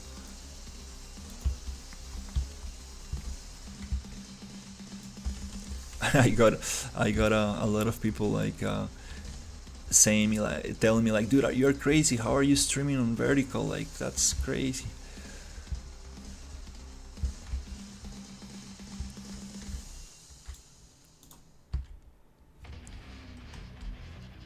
but but yeah,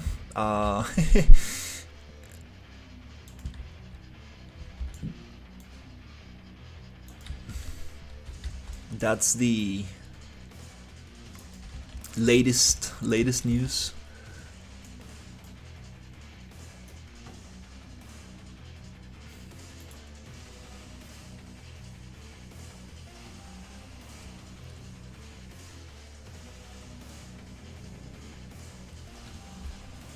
PC version in YouTube, of course you can. It's not working, huh?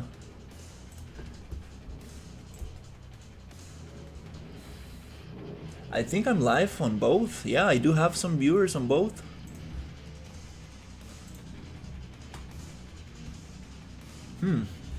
I'm also streaming on Twitch.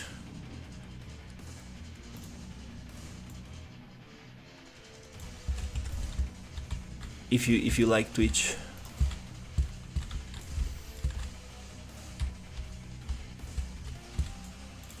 I like YouTube better because it's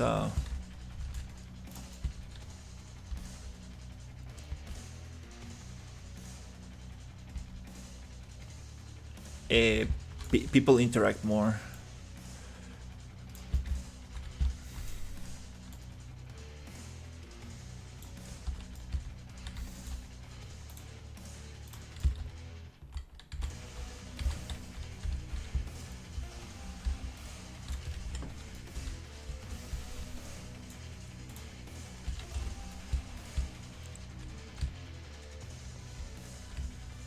All right, let's give it a little test.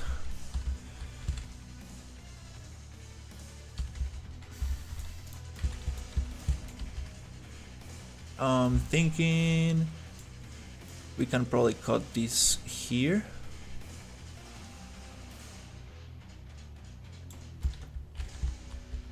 It's kind of strange to have a door there. So yeah, I'm gonna probably put it there.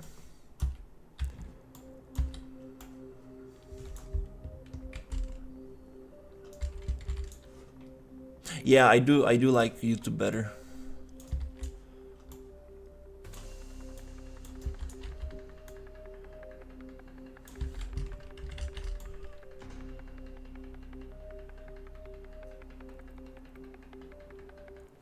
Ah, this is off the grid. I see.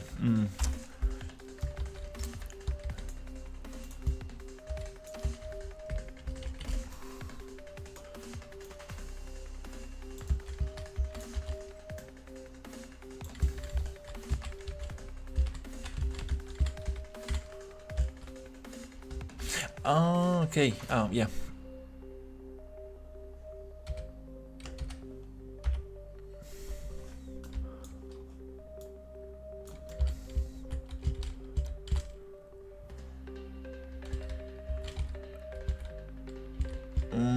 Okay, this wall is not inside the grid. Yeah, this is a little bit off.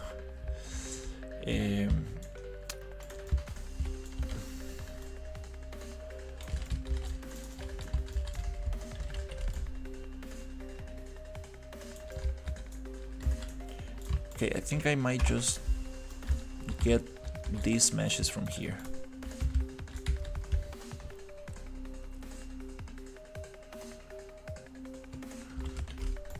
Yeah, I basically use assets from the Fab Store. I've been collecting assets for a long time, so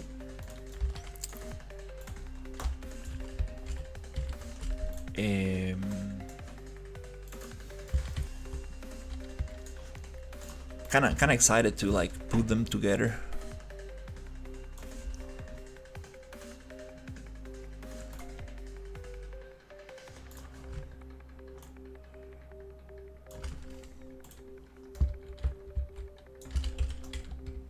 Okay, nice. So now we have this room. That looks pretty interesting. I'm gonna keep that close. So it goes here. Boop, boop, boop, boop, boop. Okay, now I just need to. We can probably use this one as well. Yeah, that's kind of cool. Can have some big structure there.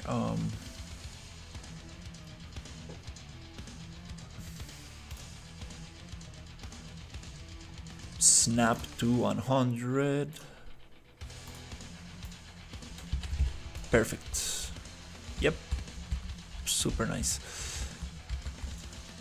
Does it make sense to have a door there? Not really. We probably need to push this there.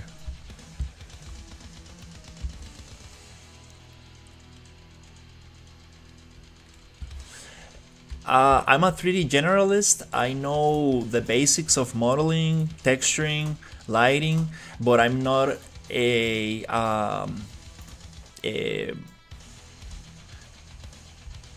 I'm not how do you say it, like very good at any of those. Also know the basics of animation and stuff.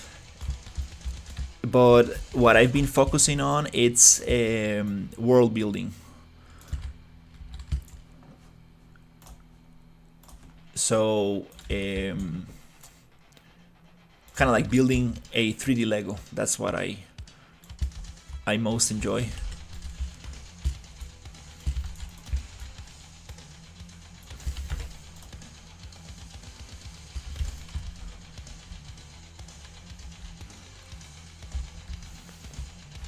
Yeah, I'm a generalist.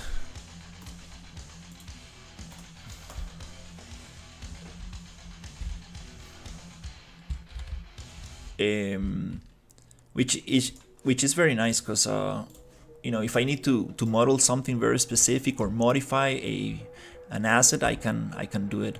I can jump into Maya or Blender, Substance Painter, ZBrush for some. I don't know much ZBrush, but I do know some tricks in ZBrush.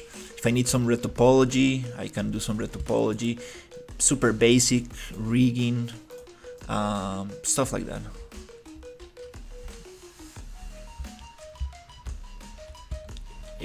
Yeah, these models are amazing. Like this industrial stuff comes from Big, Medium, Small, amazing publisher. Some of these come from the Substance Adobe 3D assets.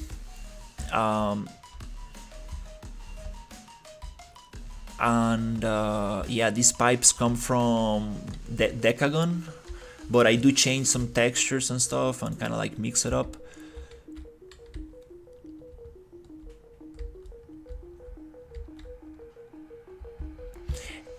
I'm using the RPG engine, which is like a shooter engine template. I mean, so I'm trying to build like a small game, basically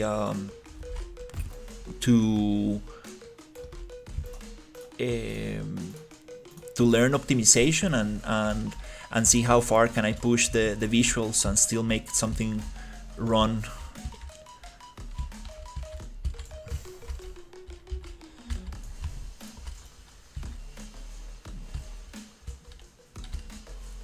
In real time. That's the goal. Yeah, there's a lot of props that we will need to clean up, but for now I think we got the selection. Let's actually go group, remove from group, and regroup, so we have this separated, and hopefully this will snap to 50. There you go. Nice. So we can actually have a little entrance here. All right. Yeah, that looks super way more interesting than this here. We need more verticality.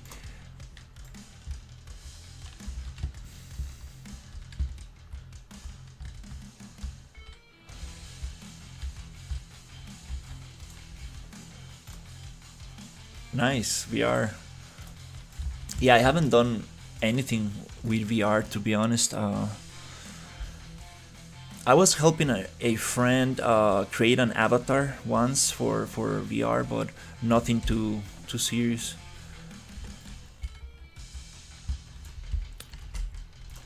We need to push this roof, and now I think we can get rid of the brush boxes. Double check.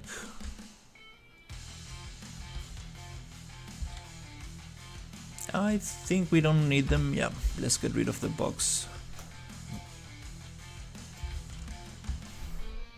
Oh, okay, there's one more wall that we could probably add.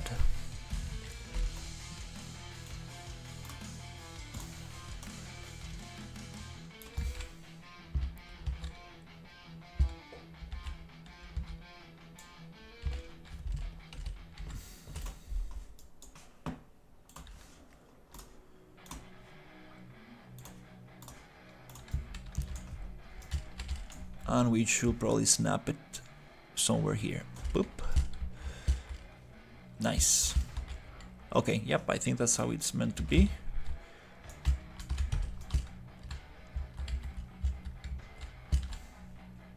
I actually like this kind of like natural light. I might just do some grill on top instead of like, so we can get some natural light. I think that might look very cool.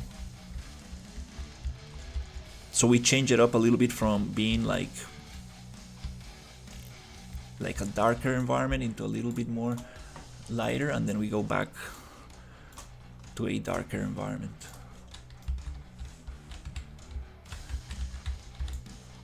So this level starts like very narrow, and then it opens up a little bit more, and at the end we go deeper, where we're gonna see the alien creatures and the research lab.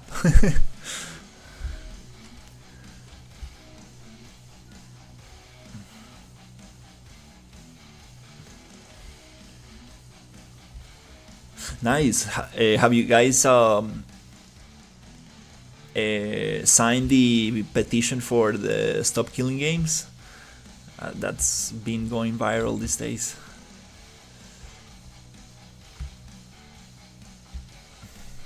I cannot sign it because I live in Costa Rica. Oh, we have no collision here. Ah, okay.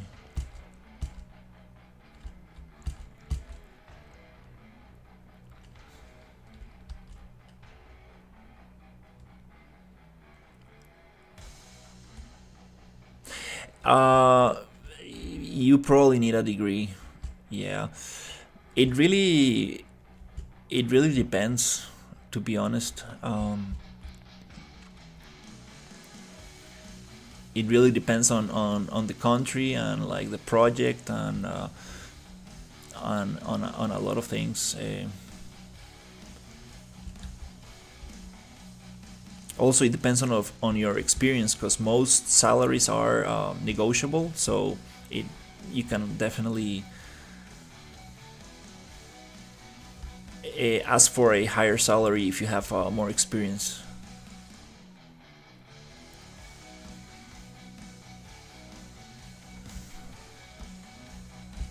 But I do have two friends that studied with me in university. They're 3D generalists. One of them got very good at how do you say that, look dev. So he knows a lot about materials and rendering and lighting. Like he's very good at that thing, and he works in Canada, and I know he's making a very good living. And I have another friend who got very good in sculpting in ZBrush, also texturing, like very good texturing, and he's also doing very good. I worked in an indie studio in Germany. That was my first 3D job. And the salary was like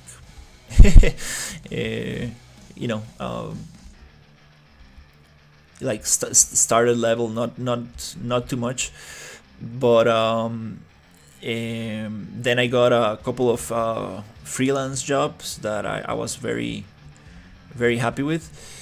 And then I got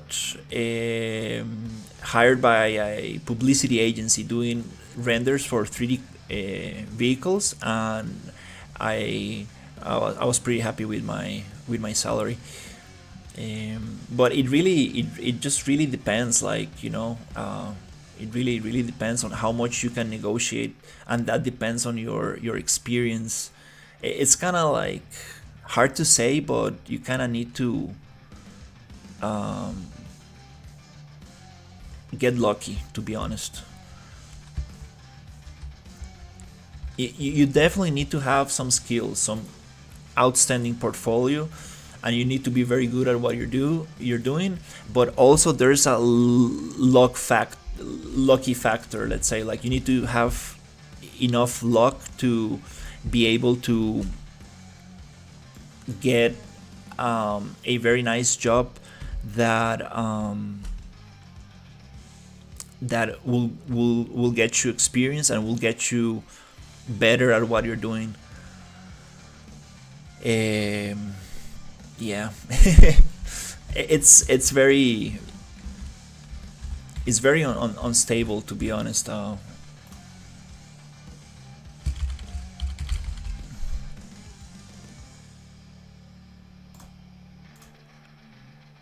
We need complex collision.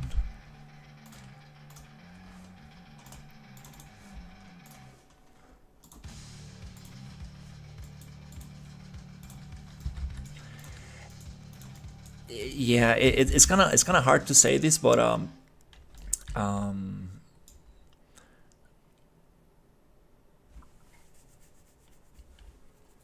yeah, a small percentage.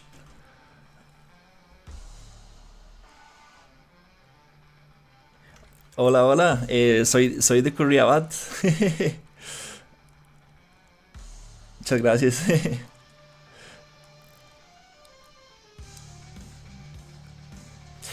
This is a template. This is a template that is using Gasp.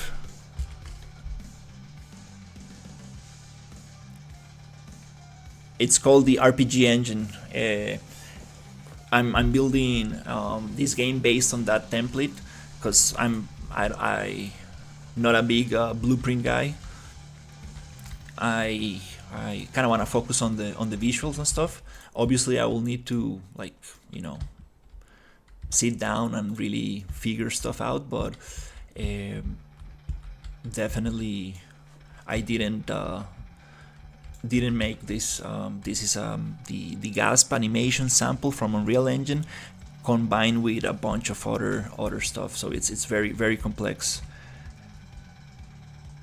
I do wanna kind of like study it and like learn how it works, but it's complex.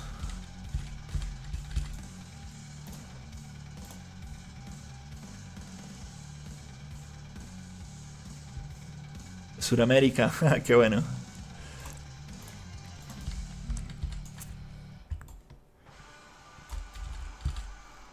Oh, why is this not snapping? Huh. There's some collision there or something.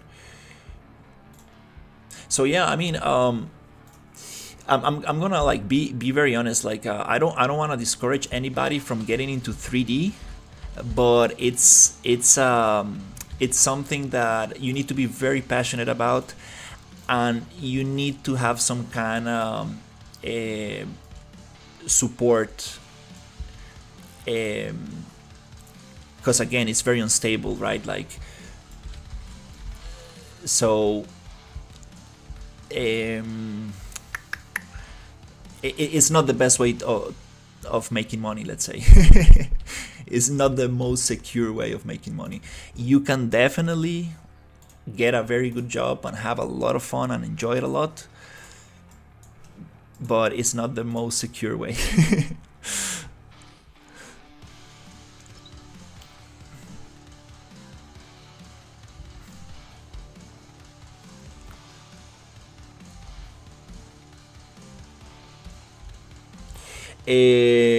¿Cómo contacté a los alemanes?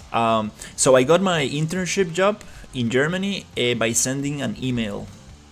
I saw this project, and then I went into their website, and they were looking for an environment artist. And I sent my oops. I thought this had collisions. Huh. So I sent my university project, which was using megascans and like very basic stuff, to be honest. And they liked it, and they were like, "Hey, do you want to do an internship?" And I was like, "Yeah, let's do it."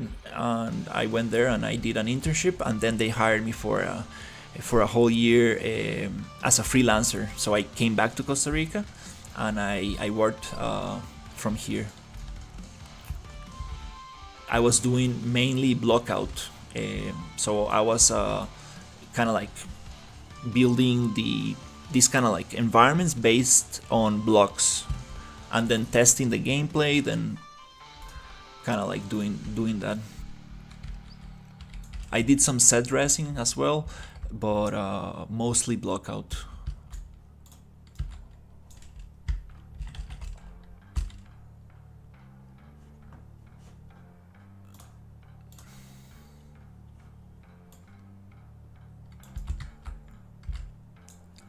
Oh, I'm missing some stuff here.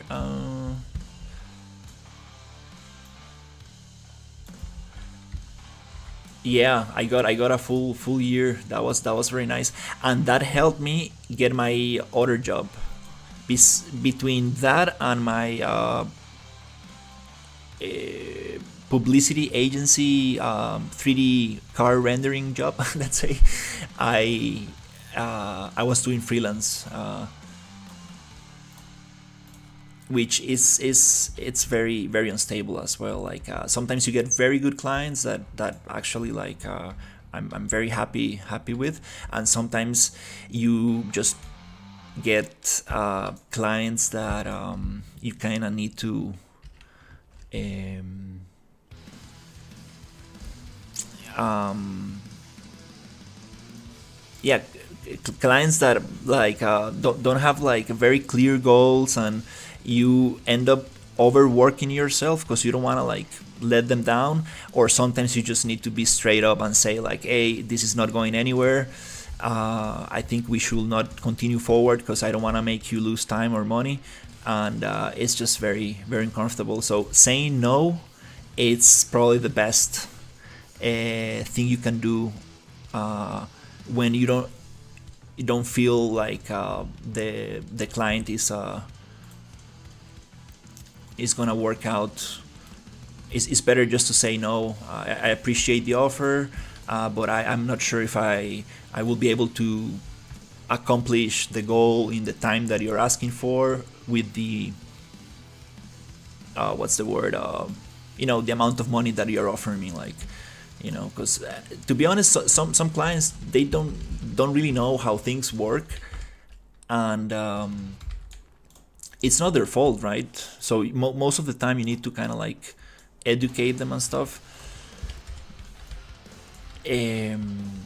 But the hardest thing about being a freelancer is managing time, like telling somebody, yes, I will finish this character and these textures in 2 weeks. That's very difficult to say. You need to have a lot of experience to be able to know how long does something takes. So that's another thing right there. Most of the time when you're starting, you're like, yeah, I will finish that in 2 weeks, and then you need to actually work 3 weeks in 2 weeks to actually get it done, and you end up like burned out, and the client obviously is not gonna pay you extra. He's like, well, this is the money that I had for the character. I cannot pay you more. Sometimes they're nice and they're like, yeah, I can give you a little bit more, but most of the time, like, nobody wants to hear like, hey, I need more money, so it's tough.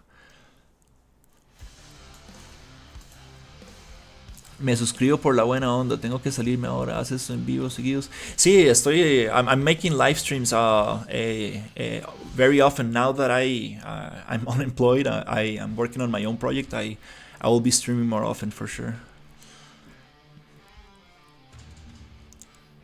I'm looking for this piece right here that goes from the interior to the exterior.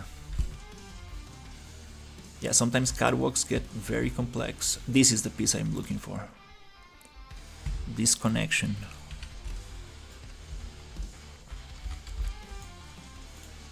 And sometimes you get clients that are very awesome. Like, this happened to me maybe like 2 or 3 times.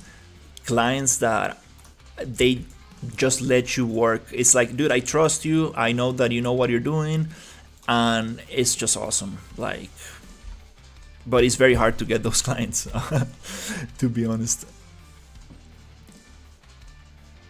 And it's super satisfying because you are getting paid for being creative, and it's just very nice when you don't have like a strict,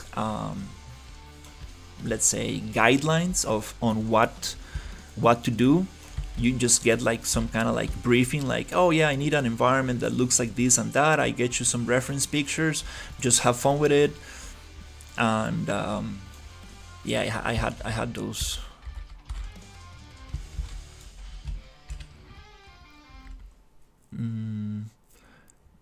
Those clients, and it's just super awesome.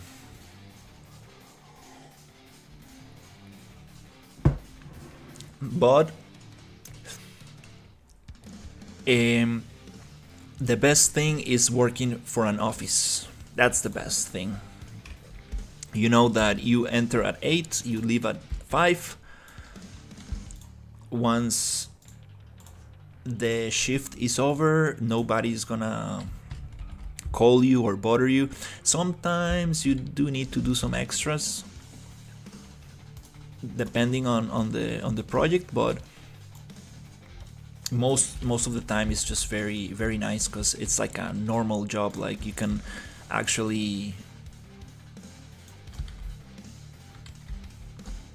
just leave at 5 and that's it.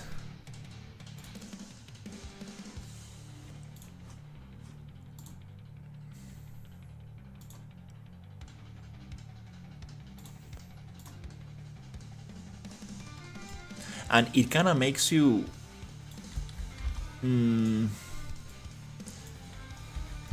it kind of makes you like a more productive artist in the sense of like you kind of know how to use your time a little bit better because you are like, okay, I got 4 hours, then lunch, then another 4 hours. Okay, so I'm gonna do this, and you try to finish what you need to finish in that time frame. But when you are freelancing, it's kind of hard to have that kind of like schedule.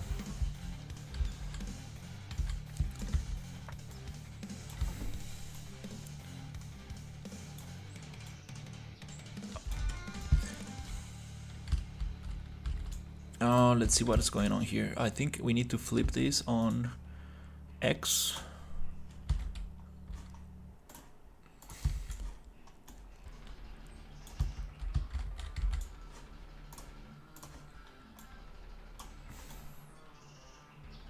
I think I almost got it. There you go. Nice. Does it connect? Kind of.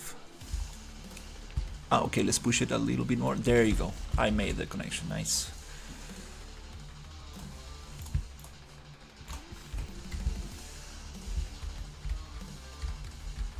Imagine building this from scratch. Like, if you don't know how these go together, it's very very complex. Nice. That was cool. We got that area. Okay, let's see what we got here. We got this area goes here, then here, and goes around there. This room, I think it goes here. Okay, we're getting closer.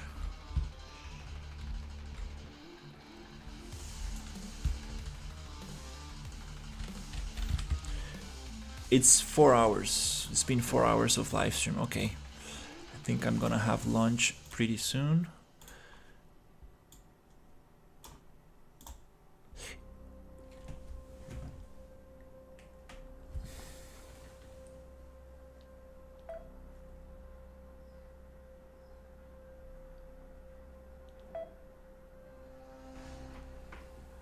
I'm actually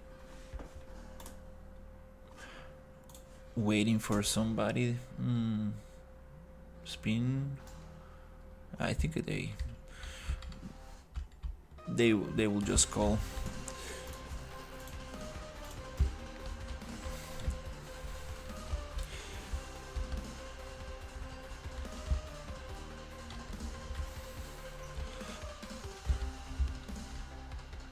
Yeah, I do want to add verticality.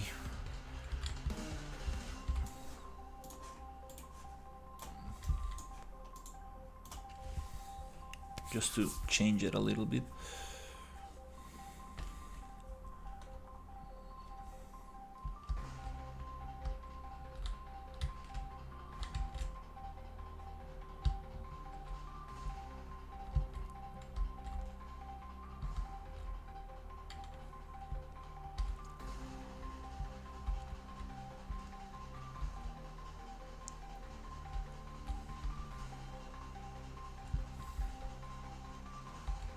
Oh, that the collision on the stairs is very funny.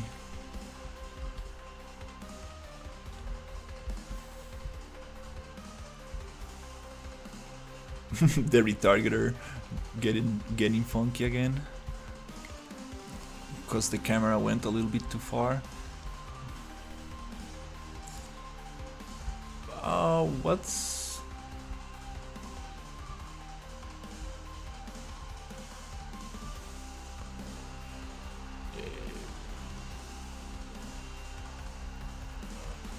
okay, yeah, we need to check those collisions for sure. Okay, nice. I think we can make something very interesting here.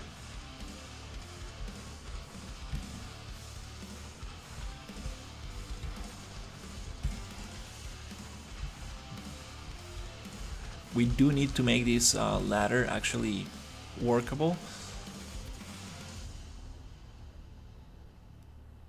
I do have a blueprint for a ladder, but we might need to break this into pieces and actually align it with the blueprint so the animation kind of matches.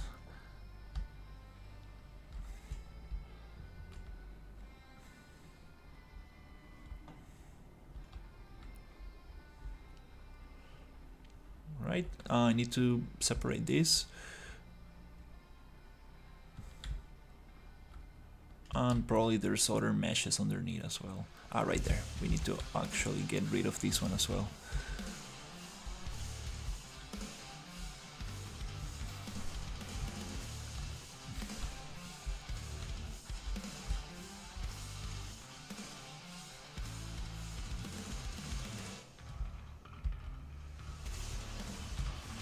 Alright, well, I think I'm gonna have some food because I'm running low on energy. I went a little bit too late to bed yesterday, but I woke up early today, so I might adjust my schedule by going earlier to bed today.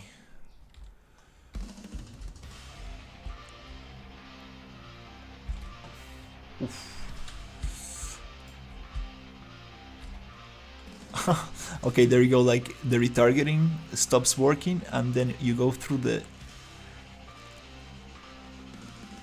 scope and it does retarget. This is super fun.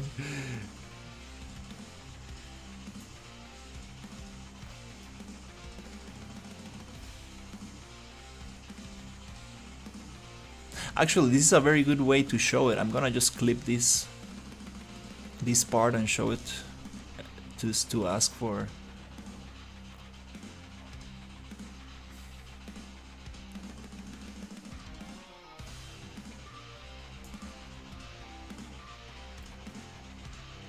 possible solution.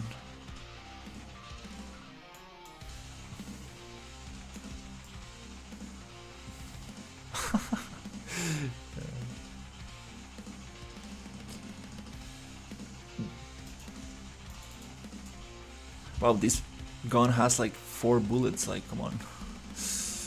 There is something going on with the enemies. It gets very laggy. Oof. Oh my god. Jesus. I think that happened because we were using the scope.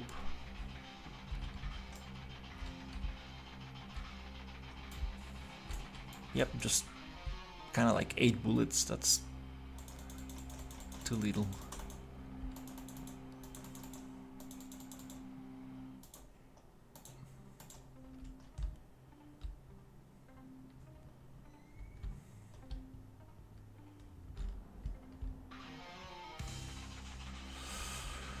Oh, okay.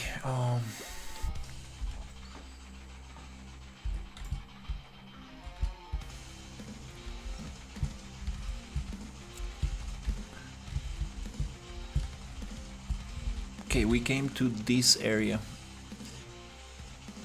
We got 1, 2, 3, 4, 5, 6, 7, 8, 9 more rooms. 9 more rooms minus 4.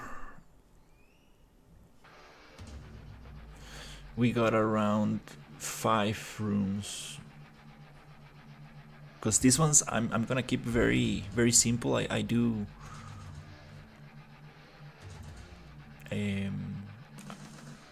I've done like these rooms before, so I'm kind of like gonna copy the assets and paste them there.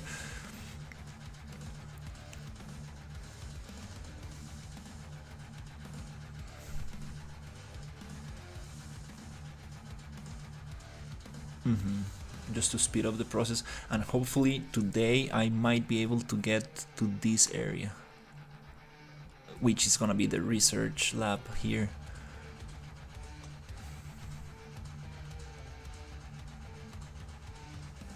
Still definitely needs a lot of more detail and stuff, but I'm getting like the gameplay props, the primary props, everything that the character will interact with. Then we can get like a second level of detail, which is like the visual pass, and then we get into the tertiary, which is like little tiny decals and little things that make it look very nice. But yeah, that's gonna be it for now. I'm actually gonna leave the camera here.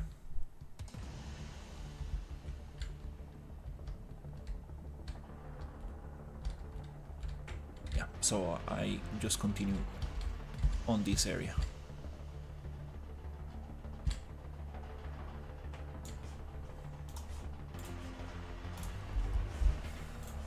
Alright, thank you for watching, and I will see you on the next one. Take care.